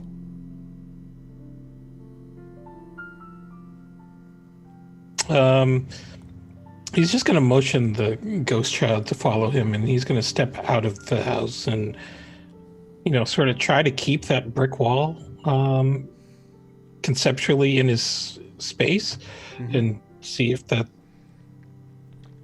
really the case. So yeah, you do you come around and you step out and look at it, or Yeah, he's going to do that. Okay. Yeah, you come around, you head out, you follow,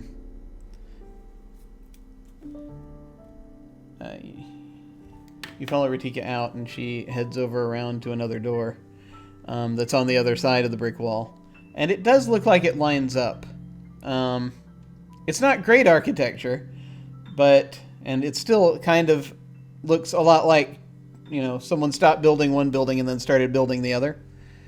Or, just built this one up against that one.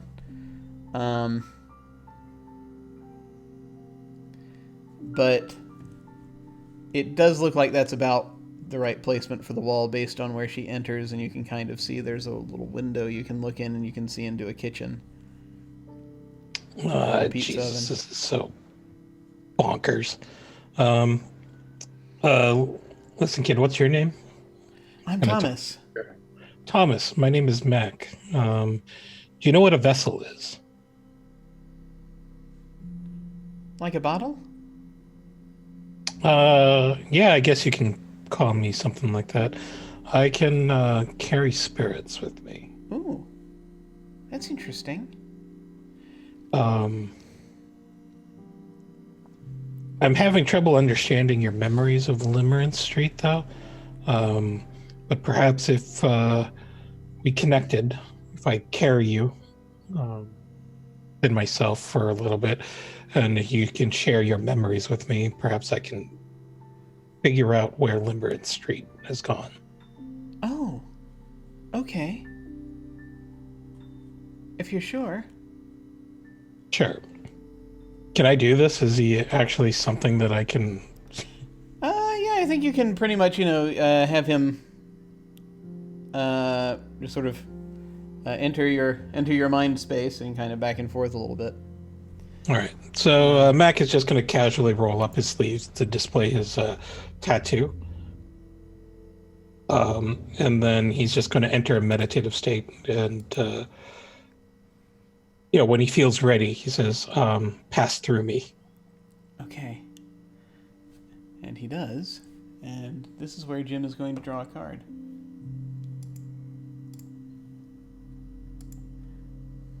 Oh, okay. I think that's a knight. Let me actually take a look and I'll figure that out. All right. Yep.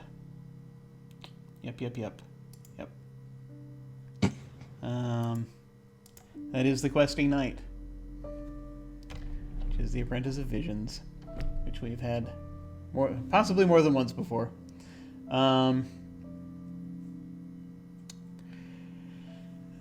So you sense a lot of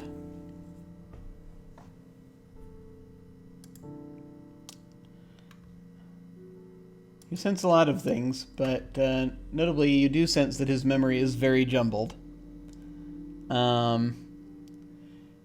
You think that he's been dead for far longer than he was ever alive, as you're kind of getting it. So it's like these decades stretching by with him in this house. But he also, the thing being, that he also, there's this sadness because while the house is a safe place for him,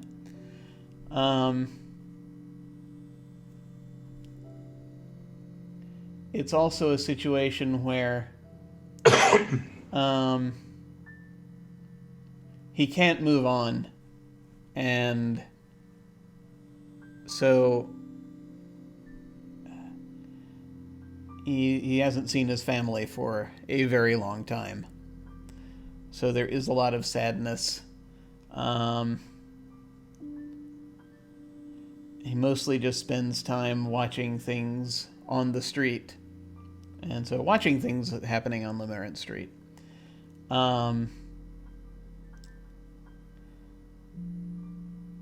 But it's like on one of the occasions when he left the house, which he can do.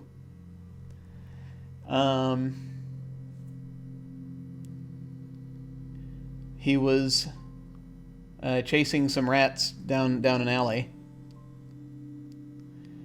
And then when he came back, the street was gone.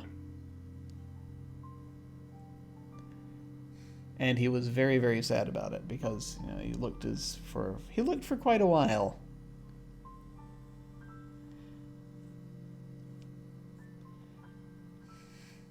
Oh, so he wasn't able to see anything out of the ordinary that day about the street went away? There was something.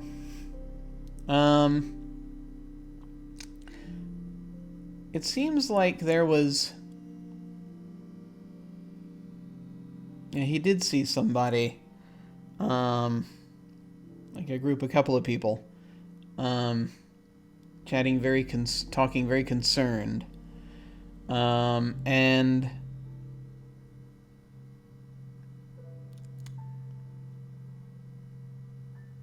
these are people I think actually you may have seen up here before Limerence Street went away, but. One of them you kind of recognize, actually, is a sort of a slightly wizardly-looking person with sandy hair. In this memory that Thomas is showing you. And it's like they're looking over their shoulder, they're very concerned, and it's like assuring them, and he's like... And Thomas could only vaguely hear it because he was sort of peeping from a distance. But it was very much a thing of like, someone was telling him no, and he was like, no, let me do this. It's the only way. That much he heard. Did he, is there a picture of the people that he was peeping in on? There is no, there is no picture provided to me for them. Okay. Only the one in my brain. But he then turns and goes into this little sort of tower, this short tower on the street that you kind of remember him being. That's like where he had this sort of like cult following, or maybe it wasn't so much a cult, it might have been just sort of an intellectual society thing, from what you recall. But he goes in there, and then that's when, and just like he's preparing to do something, and that's when Thomas got distracted by the rats and he started chasing them off. Oh.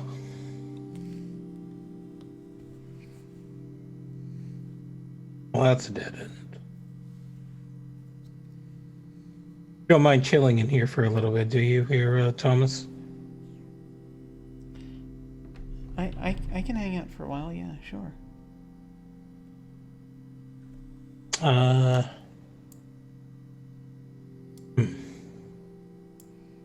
So Mac is going to go rejoin Chantineau and Vor. Yeah, you see them as they're you just sort of catch the tail end of seeing someone very very tall, dressed in black with a black top hat, leading a young girl off up the street, and they're watching them go. Well, who's Mr. Peanut? Mr. Child, actually. Oh. Apparently he's a bounty hunter. He's a rectifier. Oh. Official job title. Oh. But is he also a bounty hunter? Well, of a sort, as far as I can tell. My memories of him are a little bit hazy. But I do know, and I'll look specifically at Mac here, he's the reason I got sent to Shadow. Is he? Oh my. I got rectified, apparently. Still trying to figure out why and who. I had a thought. If we put a bounty on Limerence Street, would he be able to rectify that? I did ask him about it. He doesn't seem to know anything, but I didn't try to read his mind. The last time I did that, well, Sure. But if it's his job, perhaps he would. I'm not sure we could try it, but I'm not sure he rectifies places. I think he rectifies people. Huh. I've been meaning to talk to you about that, by the way. About what? About you getting sent to the shadow. Because my memories are hazy about how I ended up in the shadow and how I got brought back, and I'm wondering if it's connected.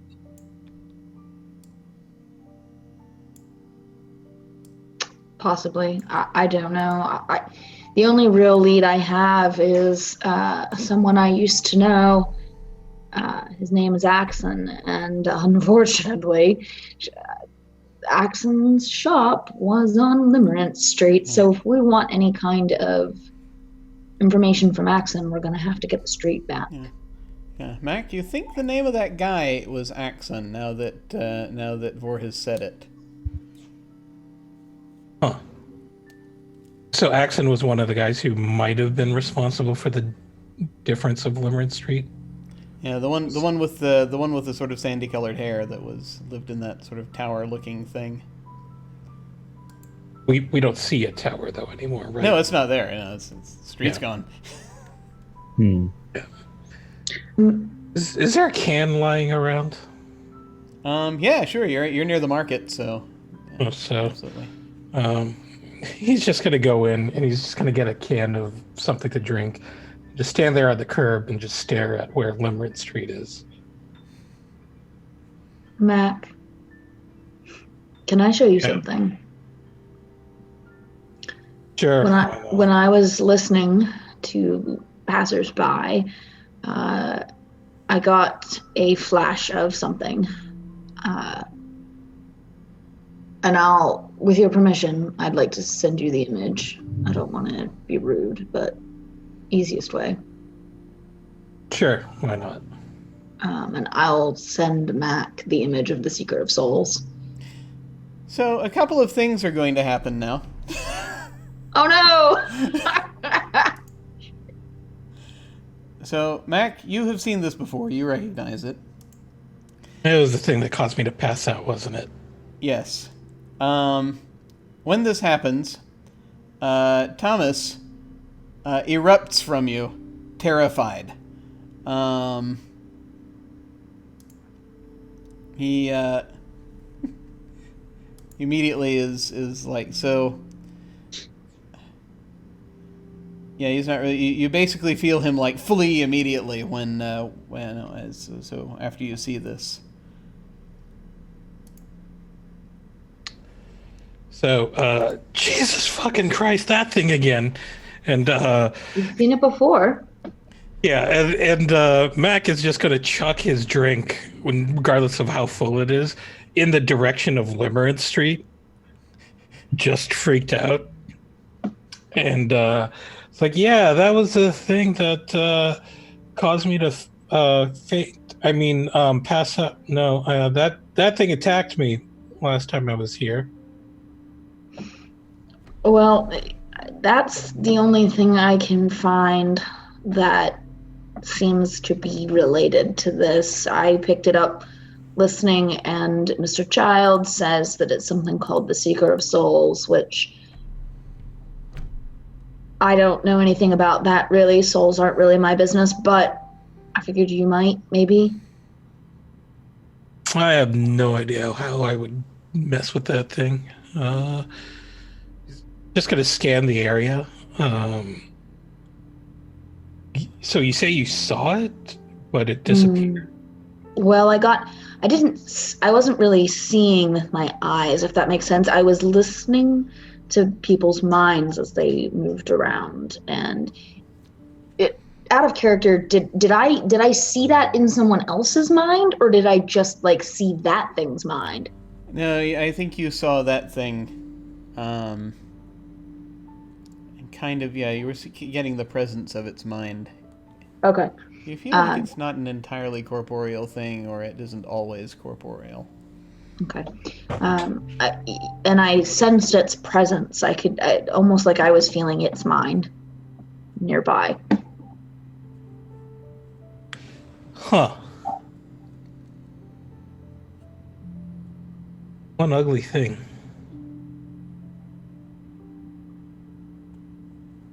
Is it trapped here, though? Is it just only showing up in... I don't know. I mean, if it attacked you, that seems malicious.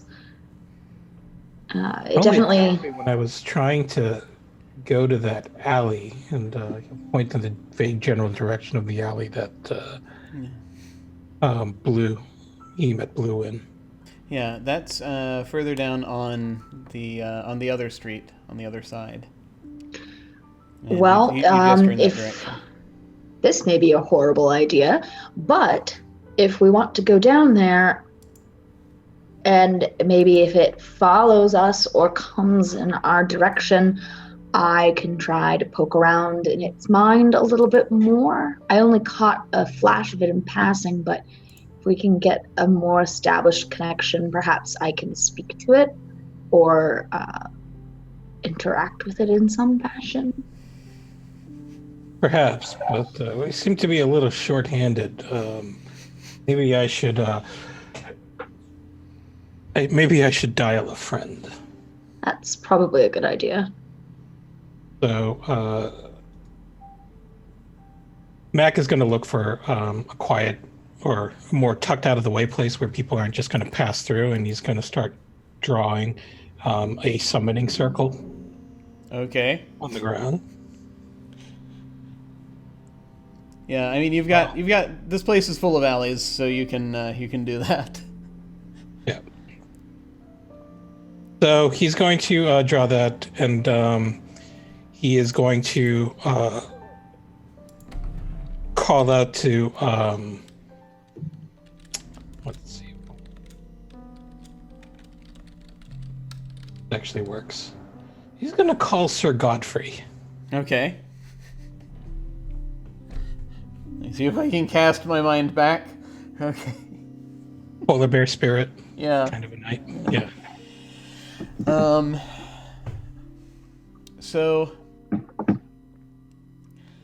do we remember the steps here as to the?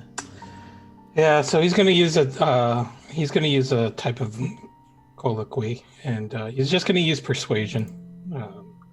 Seems like Mac feels like he's got a decent bond with Sir Godfrey, and it is kind of a noble cause. Did I specify what level Sir Godfrey was?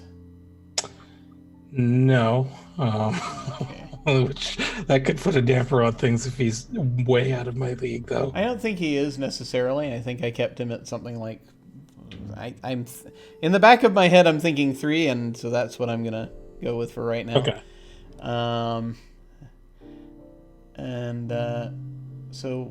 What level of stuff are you throwing at it? It says here that if I'm using persuasion, it requires 3 persuasion actions with the challenge of the entity's level. Okay. I think since this is a fairly mundane and friendly encounter, I think, as far as this goes, I'm only going to have you... Yeah, unless you actually want to specifically... I think we're going to roll this into the RP as we're going, so if there are certain things you want him to do after you get him there, then you may want to make additional rolls. But right now, I think we're just going to do a persuasion roll, and you're up against a challenge of 3 right now. Okay. And this is just to get him to show up.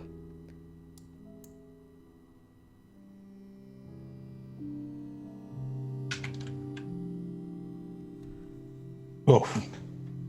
Were you applying anything toward this? Do you have like a persuasion skill or some sort of skill that you're using, or some magic ability? So it's going to take 3 sorcery to pull him in, or to try to summon level 3. Okay. And I guess I was going to try to use, an additional sorcery. Yeah, I don't see that. Yeah, that's fine then. So that'll do with what you rolled. I think, if I'm recalling correctly. I'm not going to run over and look it up right now. But yeah, that'll boost it enough. So he will appear in this circle that you have drawn as he's looking around. Ah, Mac! To what do I owe the pleasure? Oh, Sir Godfrey, it is good to see you again. There seems to be trouble afoot, and I could use a bear of a ham-fisted bear in order to protect me from from another spirit that had assaulted me the last time I was in this area. Interesting. Well, let's go have a look at this bounder, eh? Indeed. These are my companions, Chantineau and Vor. So, as you are sort of, you can kind of, the two of you sort of, as you're concentrating, you can see this outline of this giant, this big polar bear clad in armor, standing on its hind legs.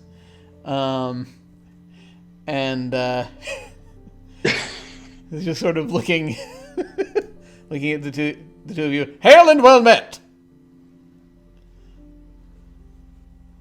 It's nice to meet you too, sir. Where is this rapscallion? I'll just gesture down. So the last time I ran into him in this alley over there. Just a little background. We're trying to find a missing street that seems to have been spirited away. I suppose it would have been more appropriate to contact the hunt, but I kind of wanted to survive this encounter. Well, indeed, and plus she's off hunting. Can never get her when she's doing that. Yeah. So we're trying to find this missing street. It seems to have been spirited away, and we are we seem to think that this spirit might be protecting it or concealing it in some manner. I believe it is called a soul seeker. Seeker of souls, eh? Soul seeker. I'm going to try to talk to it, but... well, there are legends about things like that if it's the kind of thing I think it is, they are not very kindly disposed to anything without a body. I would imagine not, but I think that there are a lot of things that are not kindly disposed to your sword.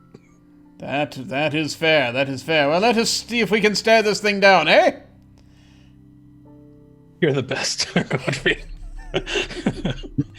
a Chidu doesn't work, I have a friend that might be able to help. Yes. Let's try to give your friend a vacation. I'm still waiting to give him my message. Should there be someone? Should we have another ally to stand battle against this foe? Yes, I can call him over. Let's not. I think things are a little crowded as is, and I don't want to scare off our young charge over here. Thomas, where are you? As you're sort of looking around, Thomas is kind of peeps his head up out of a mailbox. He's like, you can tell he's still kind of terrified. Yeah. So, I take it you can see this soul seeker. I do apologize for that. I did not expect you to capture that image. But I think we're going to go try to do something about it. Okay. See, giant bear. Oh. He actually sort of looks up, and he sort of drifts over slowly. It'll be all right, young lad. We shall go and take a look at this thing. And he says, "Oh, be careful." I shall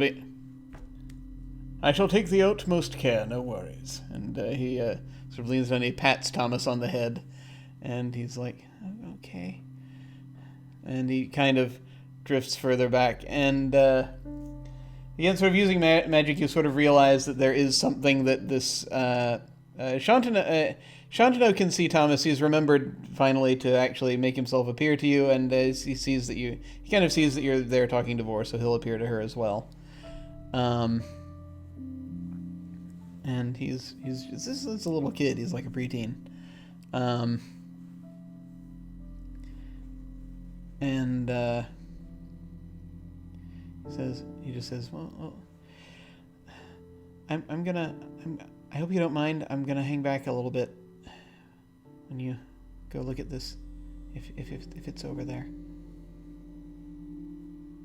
Well, don't hand too far back. I mean, he might come after you, and we'd like to stand in between you and that. Okay. So. No. I'll be close enough. I just don't want to. I don't want to be too close to the front. We don't want you to get hurt. Yeah. Totally not using him as bait. Totally not. That would be wrong. We don't do things like that around here. No, of course not. We do not.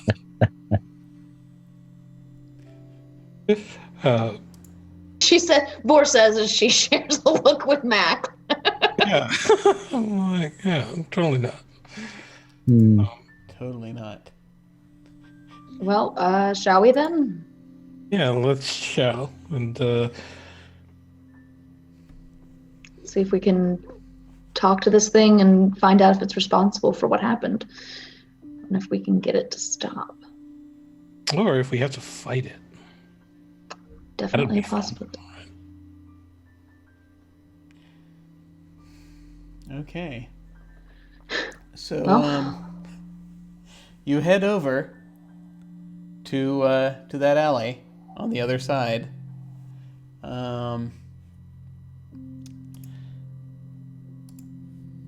You sort of cross over where Limerence Street should be, and head over to Imago Street, and you head in the direction of that alley, and Sir Godfrey is just charging ahead of you a little bit, just prepared. He's got his sword drawn, which is no mean feat for someone without opposable thumbs.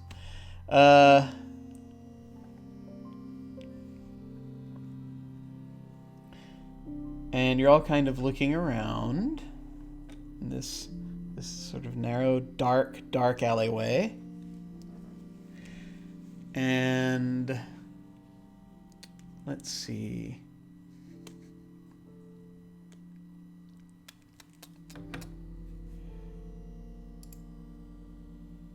Yes. So, I think this is going to be more sensory than anything.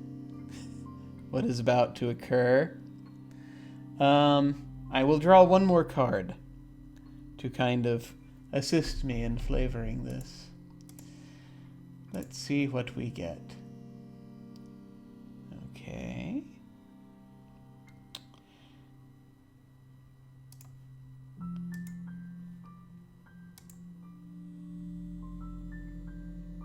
Okay, that's interesting. Oh, goodness. I got the Whispering Lover. So, it's a Visions card. Its meanings are love, romance, partnership, loved ones, and relationships. Love represents the strongest of bonds. romance, family, and deep friendship. The intimacy inherent in the whispers of a lover is rare and valuable. We seek love, and once we have it, we fight to keep it. The whispering lover represents those people in our lives that are most important to us. It doesn't have to suggest romance. There are many kinds of positive relationships one can have in their life. The whispering lover in divination always suggests a bond in place or one that will form very soon, but it can be a positive one or a negative one, depending on other cards played. This might suggest that the relationship in question remains strong, ends, faces a challenge, and so on. This card turn essentially just brings the relationship into play. So...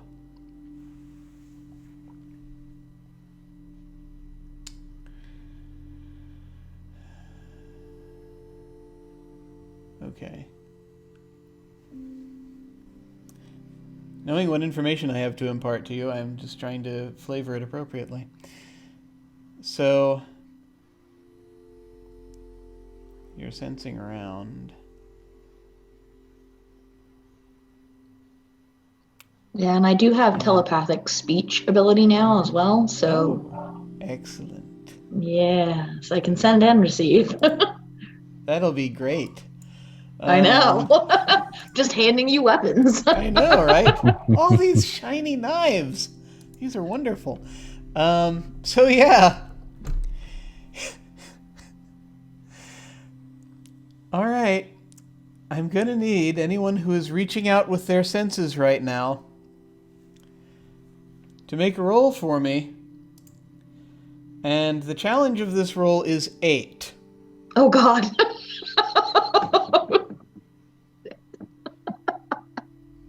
So can I use my resist and surviving skills in this?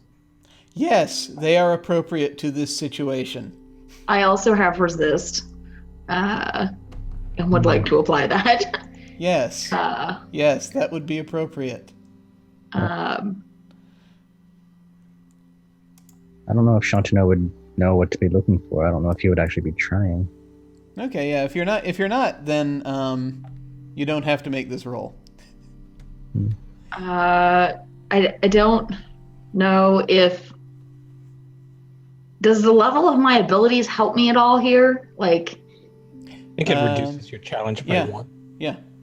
Okay, because my mental speech ability is a level 4 ability, and my thought reading ability is a level 2, so I don't know. There's a math in there somewhere. But it does reduce that.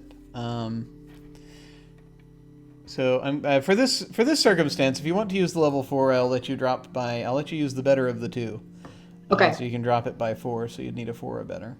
Okay. And then I have 1 rank in resist, so that takes me down to a 3, right? Mm-hmm. Yep. All right, let's see.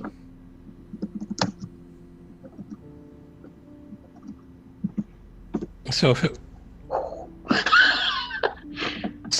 so you said it was challenge 8, and yes. My level 1 skill. I have level 1 skills in survival and resist, so that brings it down to a 6. And I rolled a 6. Oh yeah, there you go. Okay, so here's the deal. Here's what you see happen.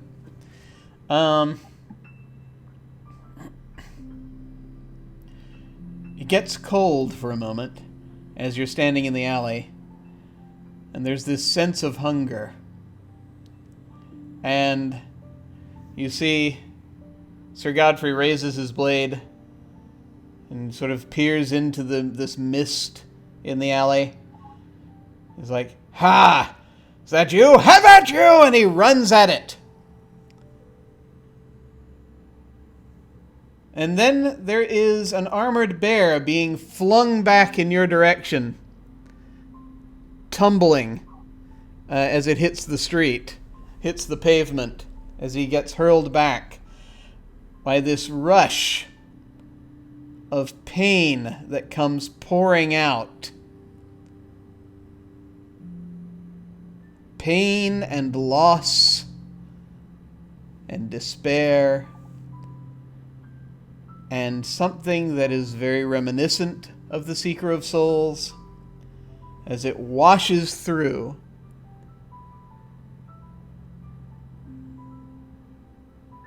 And here are the impressions that you get as it washes through and away. There is... It has been torn both loving and hating itself. And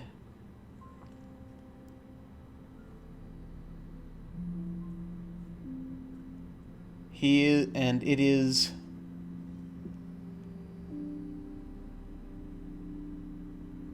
looking for something, and it no longer entirely knows what.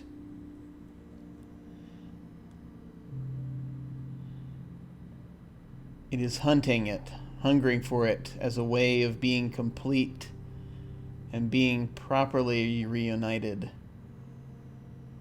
with the one that it's lost.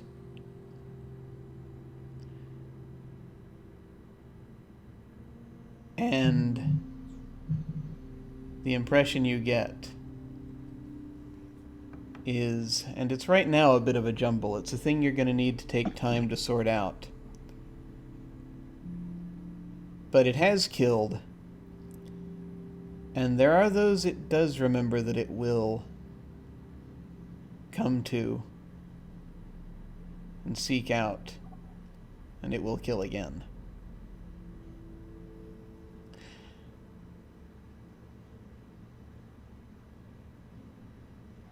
And I think that is where we are going to leave off for this week. So, we're going to once again go around and do our outros as we conclude this episode. And once again, feel free to say where folks can find you and any thoughts you have about the session. And just as one more reminder, I'm going to put that Extra Life link back up in the chat for folks, so you can follow that should you want to give to Boston Children's Hospital, which is the charity that we're trying to help out this weekend. And we will start with Danielle. Hello, I am Danielle. I'm at Raconteur on Twitter, and I'm at Faliolata on Instagram. You can follow me for D&D, cosplay, generally nerdy content of all manners, shapes, and sizes. If you are interested in seeing me in more TTRPG things, I am currently running a game on Tuesdays at 6:30 p.m. Eastern Time on at Scratix's channel. It's called The Choir of Elements, and it is a very high-level game that's traversing the elemental planes right now. They're currently in the elemental plane of fire. And I will also be in a game starting not this coming week, but the following week on Friday at Variant Rolls.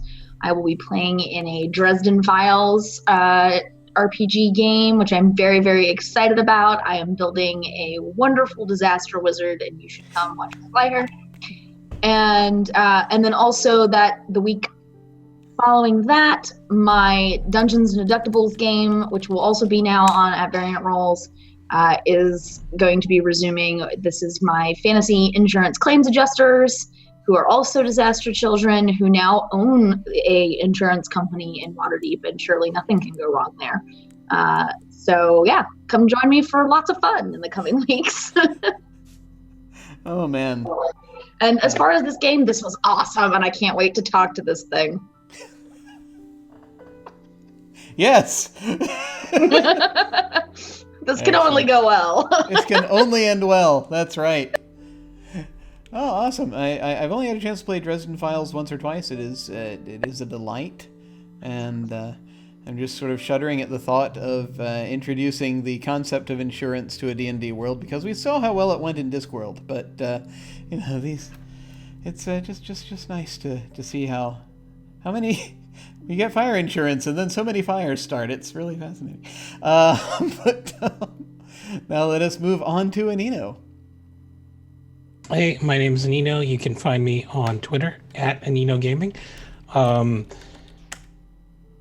Yeah, so I think it's really challenging because this is a really tough puzzle to figure out. Just given that we have a lot of resources, but we just don't know how to apply it in the sense to find the street, and the fact that we might have to do so in order to deal with this seeker of souls that just threw my favorite spirit into the street, and I'm very pissed off about that. So trying to figure that out and see where it goes should be a good time. I think Tuesday's the finale of a Amber Diceless game hosted by Otherdoc here, Tuesdays at 7 p.m. Eastern Time, where we're probably going to have some big, giant climactic battle involving storms and dragons and people related to Merlin and me playing a very drunk surfer dude. We'll see how that all works out. Once again, so it's my 4th year with Extra Life and raising money for Boston Children's. People who donate will be entered into some prizes that I will be raffling away or giving away as I get closer to game day. The grand prize right now is a Nintendo Switch Lite, and I'm trying to determine some other fun prizes that folks who enjoy board games and RPGs, as well as video games, can be entered into drawings for. So yeah, cool. Remind us, when's game day for this? So I'm thinking of doing my game day, my official game day, on my birthday, which is October 12th. Okay. The official game day that everybody sort of celebrates within Extra Life is the first Saturday of November. Cool. And I might be hosting a show on that day on that channel as well. So. Excellent. Well, everybody keep an eye out for that, definitely. Now let us move on to Wilde. Yes, hello, Mel Engineer.